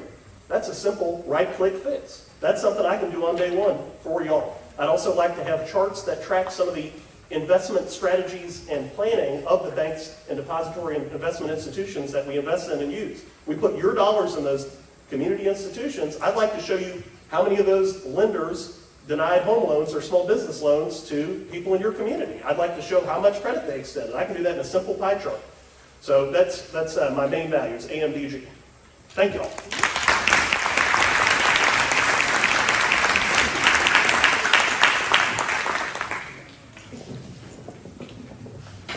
Okay, so next up we have Drainage District Commissioner, District 4, Place 3. And I just want to let you guys know, if the candidates, you can stay afterwards. We're going to try to get a good picture so that way we can have it for the newspaper. Thank you again for all for attending, and we hope you're enjoying learning about our candidates. And we're in the home stretch.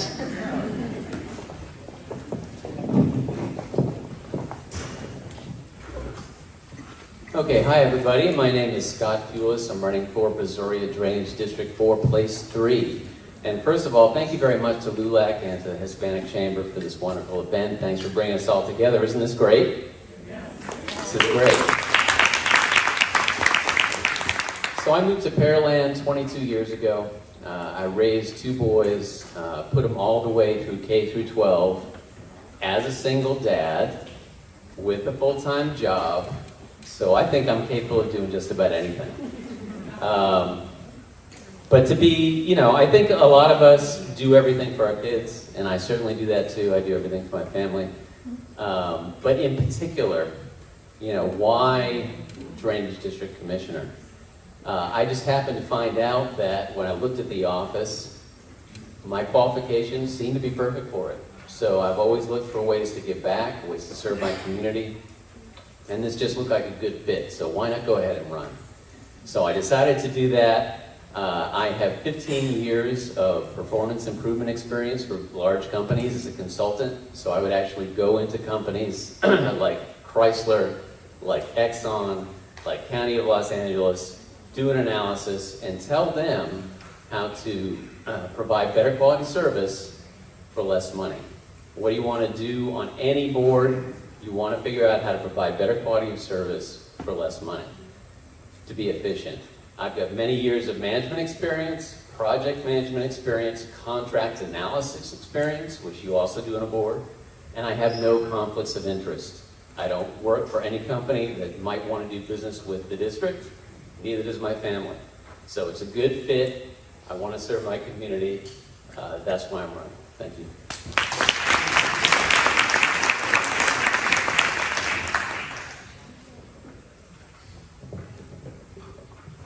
Okay, your question is, what vital projects do you believe are needed in order to continue to move Brazoria County forward?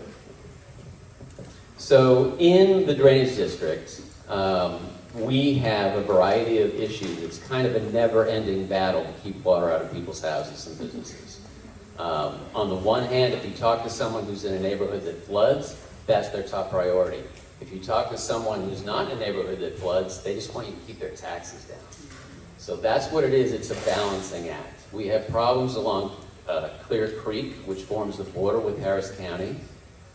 We have regular flooding up in Brookside and over to the east of that. That really needs investment to get that water down so that we don't have to worry so much, every time it rains. Same, we also have slightly less, but also significant problems along Mary's Creek.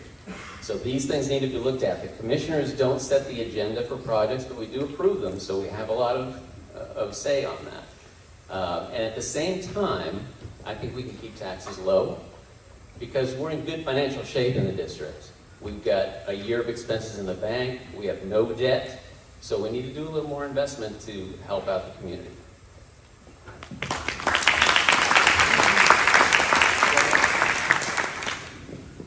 Howdy and good evening. My name is J.W. Washington. I'm running to serve as Commissioner Place 3 for Brazoria Drainage District number 4. In my time here, I'm going to share just a little bit about why I'm looking to run and what the residents can expect from my service.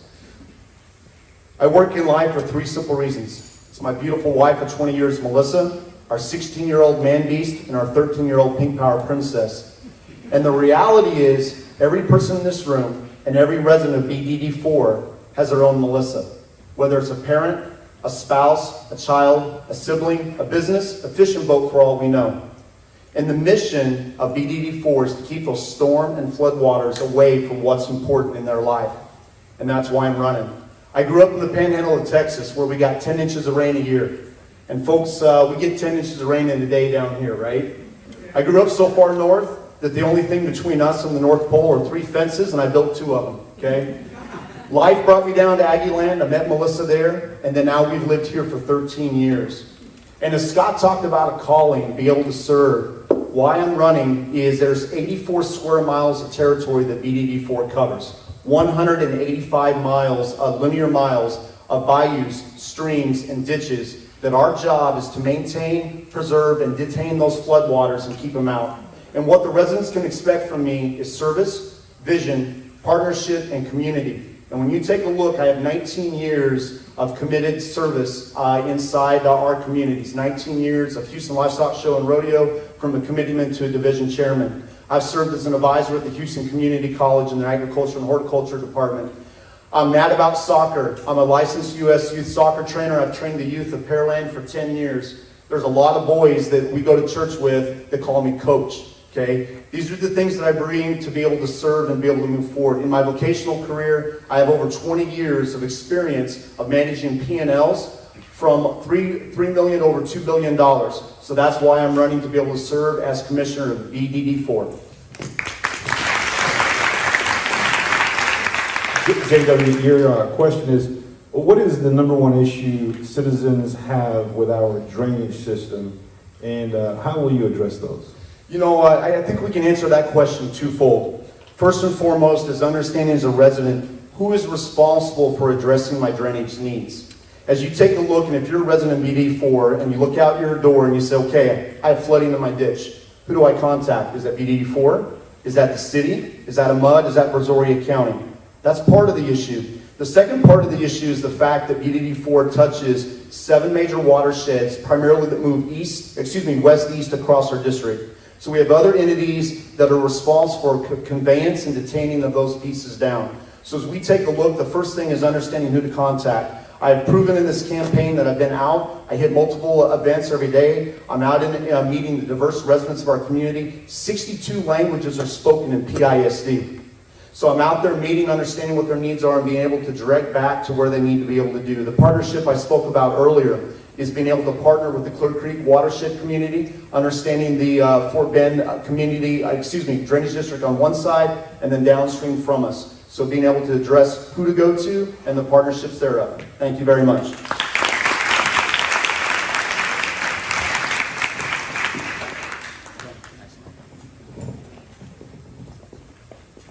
Okay, thank you. Next up, we have Justice of the Peace, Precinct 1, Place 2 candidates that are in attendance tonight.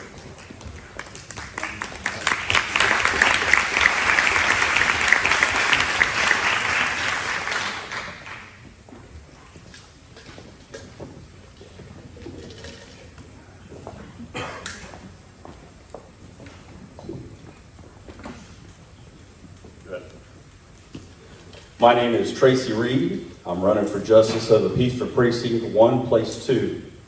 I'll bring with me 24 years of business management with Chrysler Corporation. I worked there from 1985 to 2009. In 2009, I actually thought I would retire, believe it or not. I did that for about a month and decided I'm not the type of person to retire. I was then offered a position, actually twice, for the Brazoria County Sheriff's Office. I took that position for a couple reasons. Number one, I truly wanted to learn about our law enforcement, the good parts and the bad parts. I worked for the Sheriff's Office all the way until 2018. In 2018, I was offered a position as the bailiff for the 412 District Court. I took that position specifically so I could learn about criminal and civil law, which I've done for the past 4 years under Judge Ed Dimon and Judge Gilbert.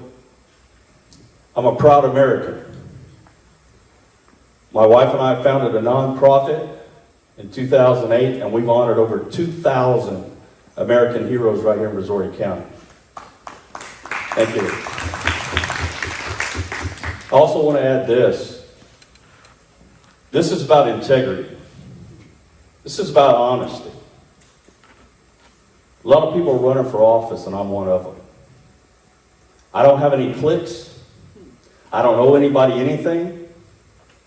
My family's not been here for 50 years running this county. But it's time we need to change. And with your vote and your support, we're going to bring change to this county. Thank you.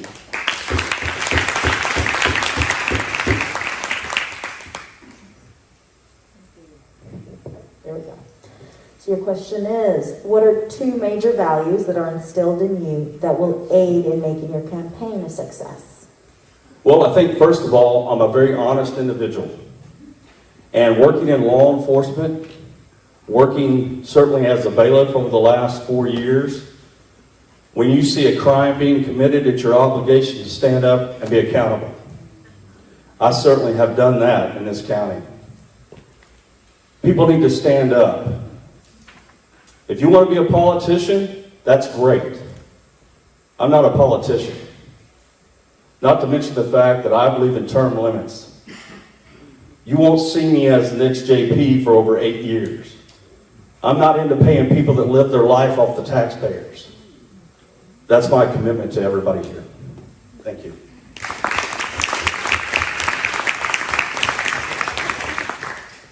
Thanks for having me. Thanks for having all of us. My name is Robbie Ray. I'm a lifelong resident of Brazoria County. I'm 64 years old. I was born and raised in southern Brazoria County, where I went to school, played football, and learned a lot of things about life. I lost my mother early. She was a school teacher. I was a small business man. Then I went into education. From there, I went into law enforcement. Law enforcement was my dream. For the last 28 years, I've been a public servant, serving Brazoria County. I am dedicated. I am honest. And integrity is what I stand for. My court is absolutely straight, no so-called corruption that I've been accused of. And if there was any corruption, Mr. Tom Selleck would have something to say about that. And insinuations is one thing, but I'm running on my record, the platform that I've always ran on. I started out in law enforcement under Joe King, and he told me, don't ever forget who you work for. Don't ever forget where you came from. And I have not. I love Brazoria County, and I have had lots of fun here, but I've had lots of heartache, especially lately. I love my country, and I am grateful that I was born here in Brazoria County, and I want to continue to serve you as your Justice of Peace. Now, the Justice of Peace Court is a people's court. You do not have to have an attorney when you come into that court. And a lot of times the Justice of Peace is nothing more than a mediator and he tries to settle disputes. And I've done a great job at that. You can ask the people that support me, and that I want to continue to help. What's my question?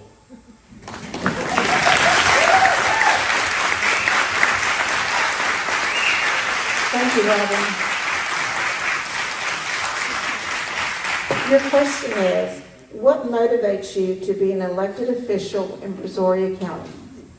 Well, started out at a young age.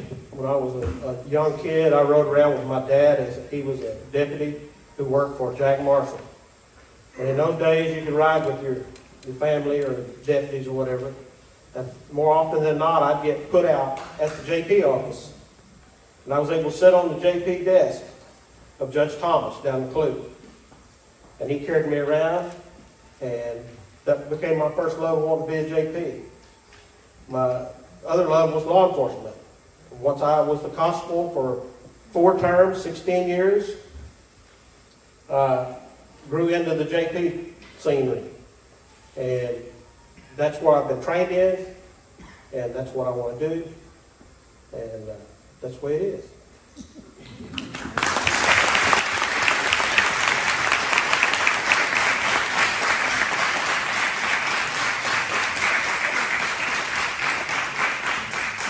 All right, next up we have Justice of the Peace, Precinct 4, Place 2.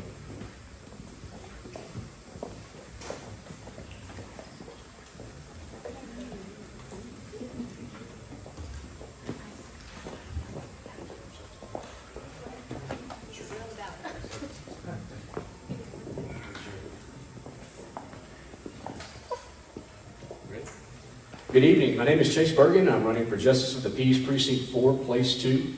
I want to thank everybody for coming tonight. Thank you for all the people that put this on, and thank y'all that are watching this online afterwards. I'm not an incumbent, but I'm running on my record as well. Over the last 2 decades, I've been a social worker, conservative social worker, throughout this county.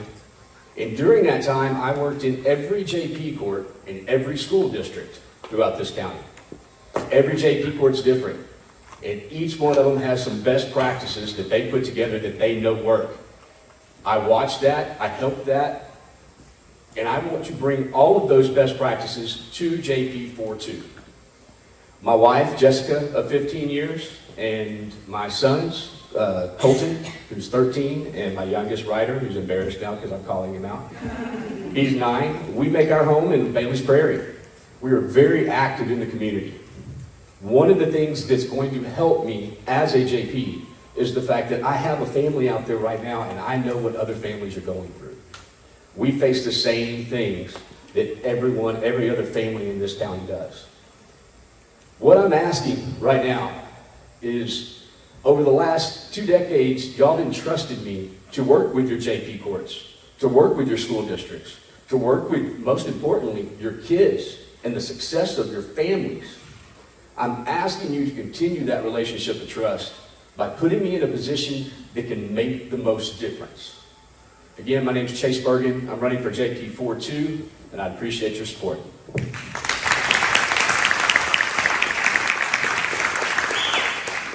Chase, your question is, what do you believe to be the root causes for the high number of juvenile offenders, and what changes can the court system make to reduce these numbers? Great question. I'm so glad I got that. I've been working with juveniles, like I said, over the last 2 decades. One of the things that most people don't think about when they think about the high number is those repetitive people. Those kids that come in there for a minor offense at first, and then it starts growing. So there's a difference between duplicated and unduplicated numbers when we're talking about juvenile numbers. Unduplicated is those kids that come in there one time. But what we're doing as a system is we count those kids each time that they've been arrested. So I've seen this. I've seen this in JP courts. I've watched students come in there in the 9th grade with a simple truancy charge. And at the end of the year, they've got maybe 1 credit. And they get put on deferred probation, and then they come back the next year. Maybe they got like 4 credits. They're charged with the same thing. And then the next year you see them, they're charged with an assault in the school. But all of a sudden, they've only got 6 credits. Now, they're supposed to be juniors, and they got 6 credits, and they've got 3 offenses on them. Then you see them as seniors, And maybe they've got a drug charge on them or another truancy charge on them, and they've got 7 credits. And what did we just do? We just turned loose an 18-year-old without an education and a background now. So what I want to do to help with that, and that's one of the main reasons why we have those large numbers, is because those kids keep coming back. What I want to do is be very proactive and catch it early. I want to start working with them when they first get in there. That's what I did in JP courts. Is that a smile saying I'm done? Really? Okay. So that's what I want to do in JP courts. ChaseBergen.com for any other information. Thank you so much.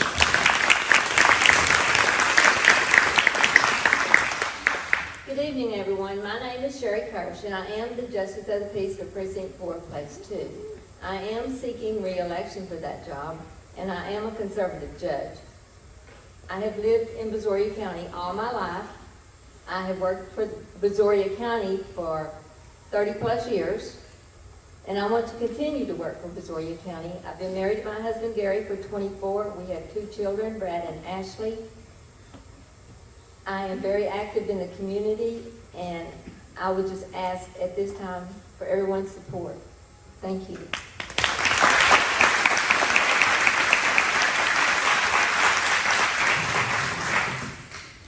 Thank you. What do you believe? Wait a minute. Sorry. Hold on. What are 2 major values that are instilled in you that will aid in making your campaign a success? First of all, I want to say honesty. You have to be honest to run in a race, a political race like this. I'm not a politician, but I am honest. I can promise you that. And integrity. I do my job with integrity. I'm dedicated. I'm committed. And I'm also going to continue to have an open door policy. So I consider honesty, integrity the main focus of my campaign. Thank you.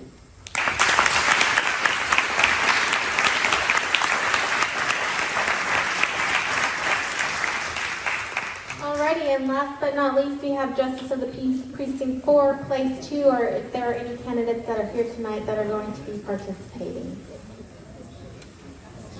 Okay.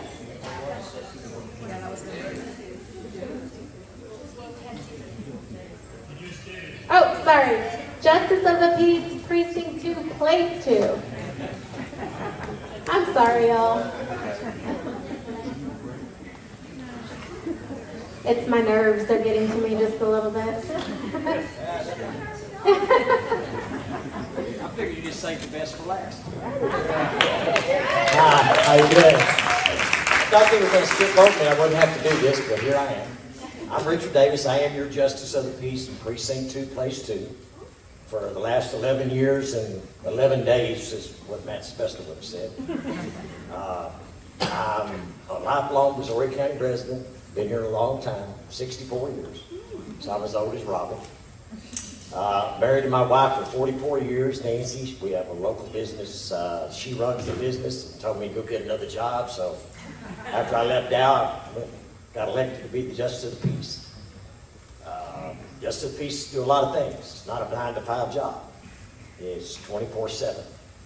And it takes a lot of dedication and hard work to do the things that we do. We wear lots of hats on lots of days, and some days the same hat over and over. I do not have a primary opponent, but I do have one in the general election. I appreciate your support and ask for your vote. Thank you very much.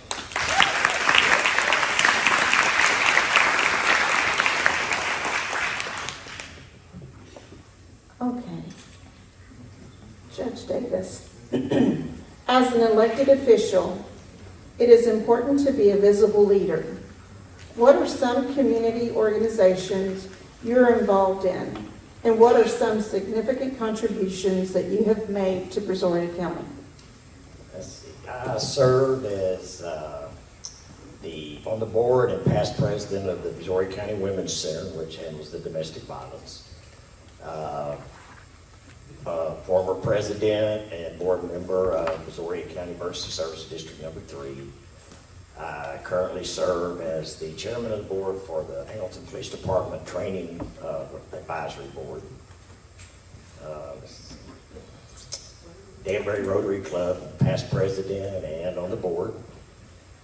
There's a lot of those different civic organizations and things, and we go and one of the things I really like to do is volunteer at the fair for the Brazoria County Fair Association when they do this special Kids Day. That's a big thing that I really like. That and the Senior Citizen Day. Go out, it's just a joy to watch those kids. And the other one thing that I do that I really love is the Shop with the Cop that Hamilton PD puts on.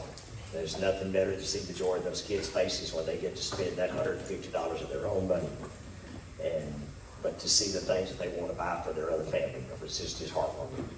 Thank you.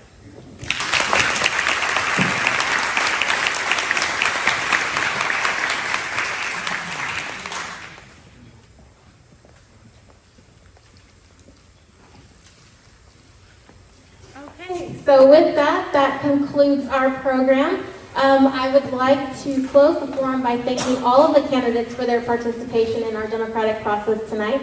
I would also like to thank our event sponsors and Life for Square Church for allowing us to use this beautiful venue. To the audience, thank you for your attendance tonight. As a reminder, early voting for the primary begins February 14th through the 25th, with Election Day on March 1st, 2022.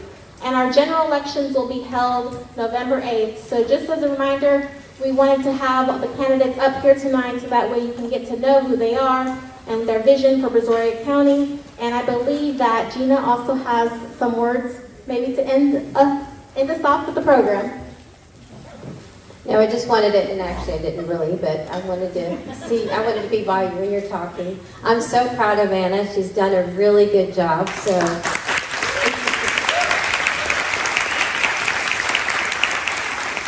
As all of you know, I'm big on our young leaders, and she is one of them. So I'm really proud of her, and even taking the president's position for LULAC. So she's going to be doing a tremendous job. And also, we have some people I'll have to connect you with because they want to join the organization. So, but thank you, everybody, on behalf of the Brazoria County Hispanic Chamber, and also she already thanked you, but thank you guys for attending, and please stick around and visit with some of these candidates. I think it's important that you at least talk to them and get to know them personally. So thank you, everybody, for attending.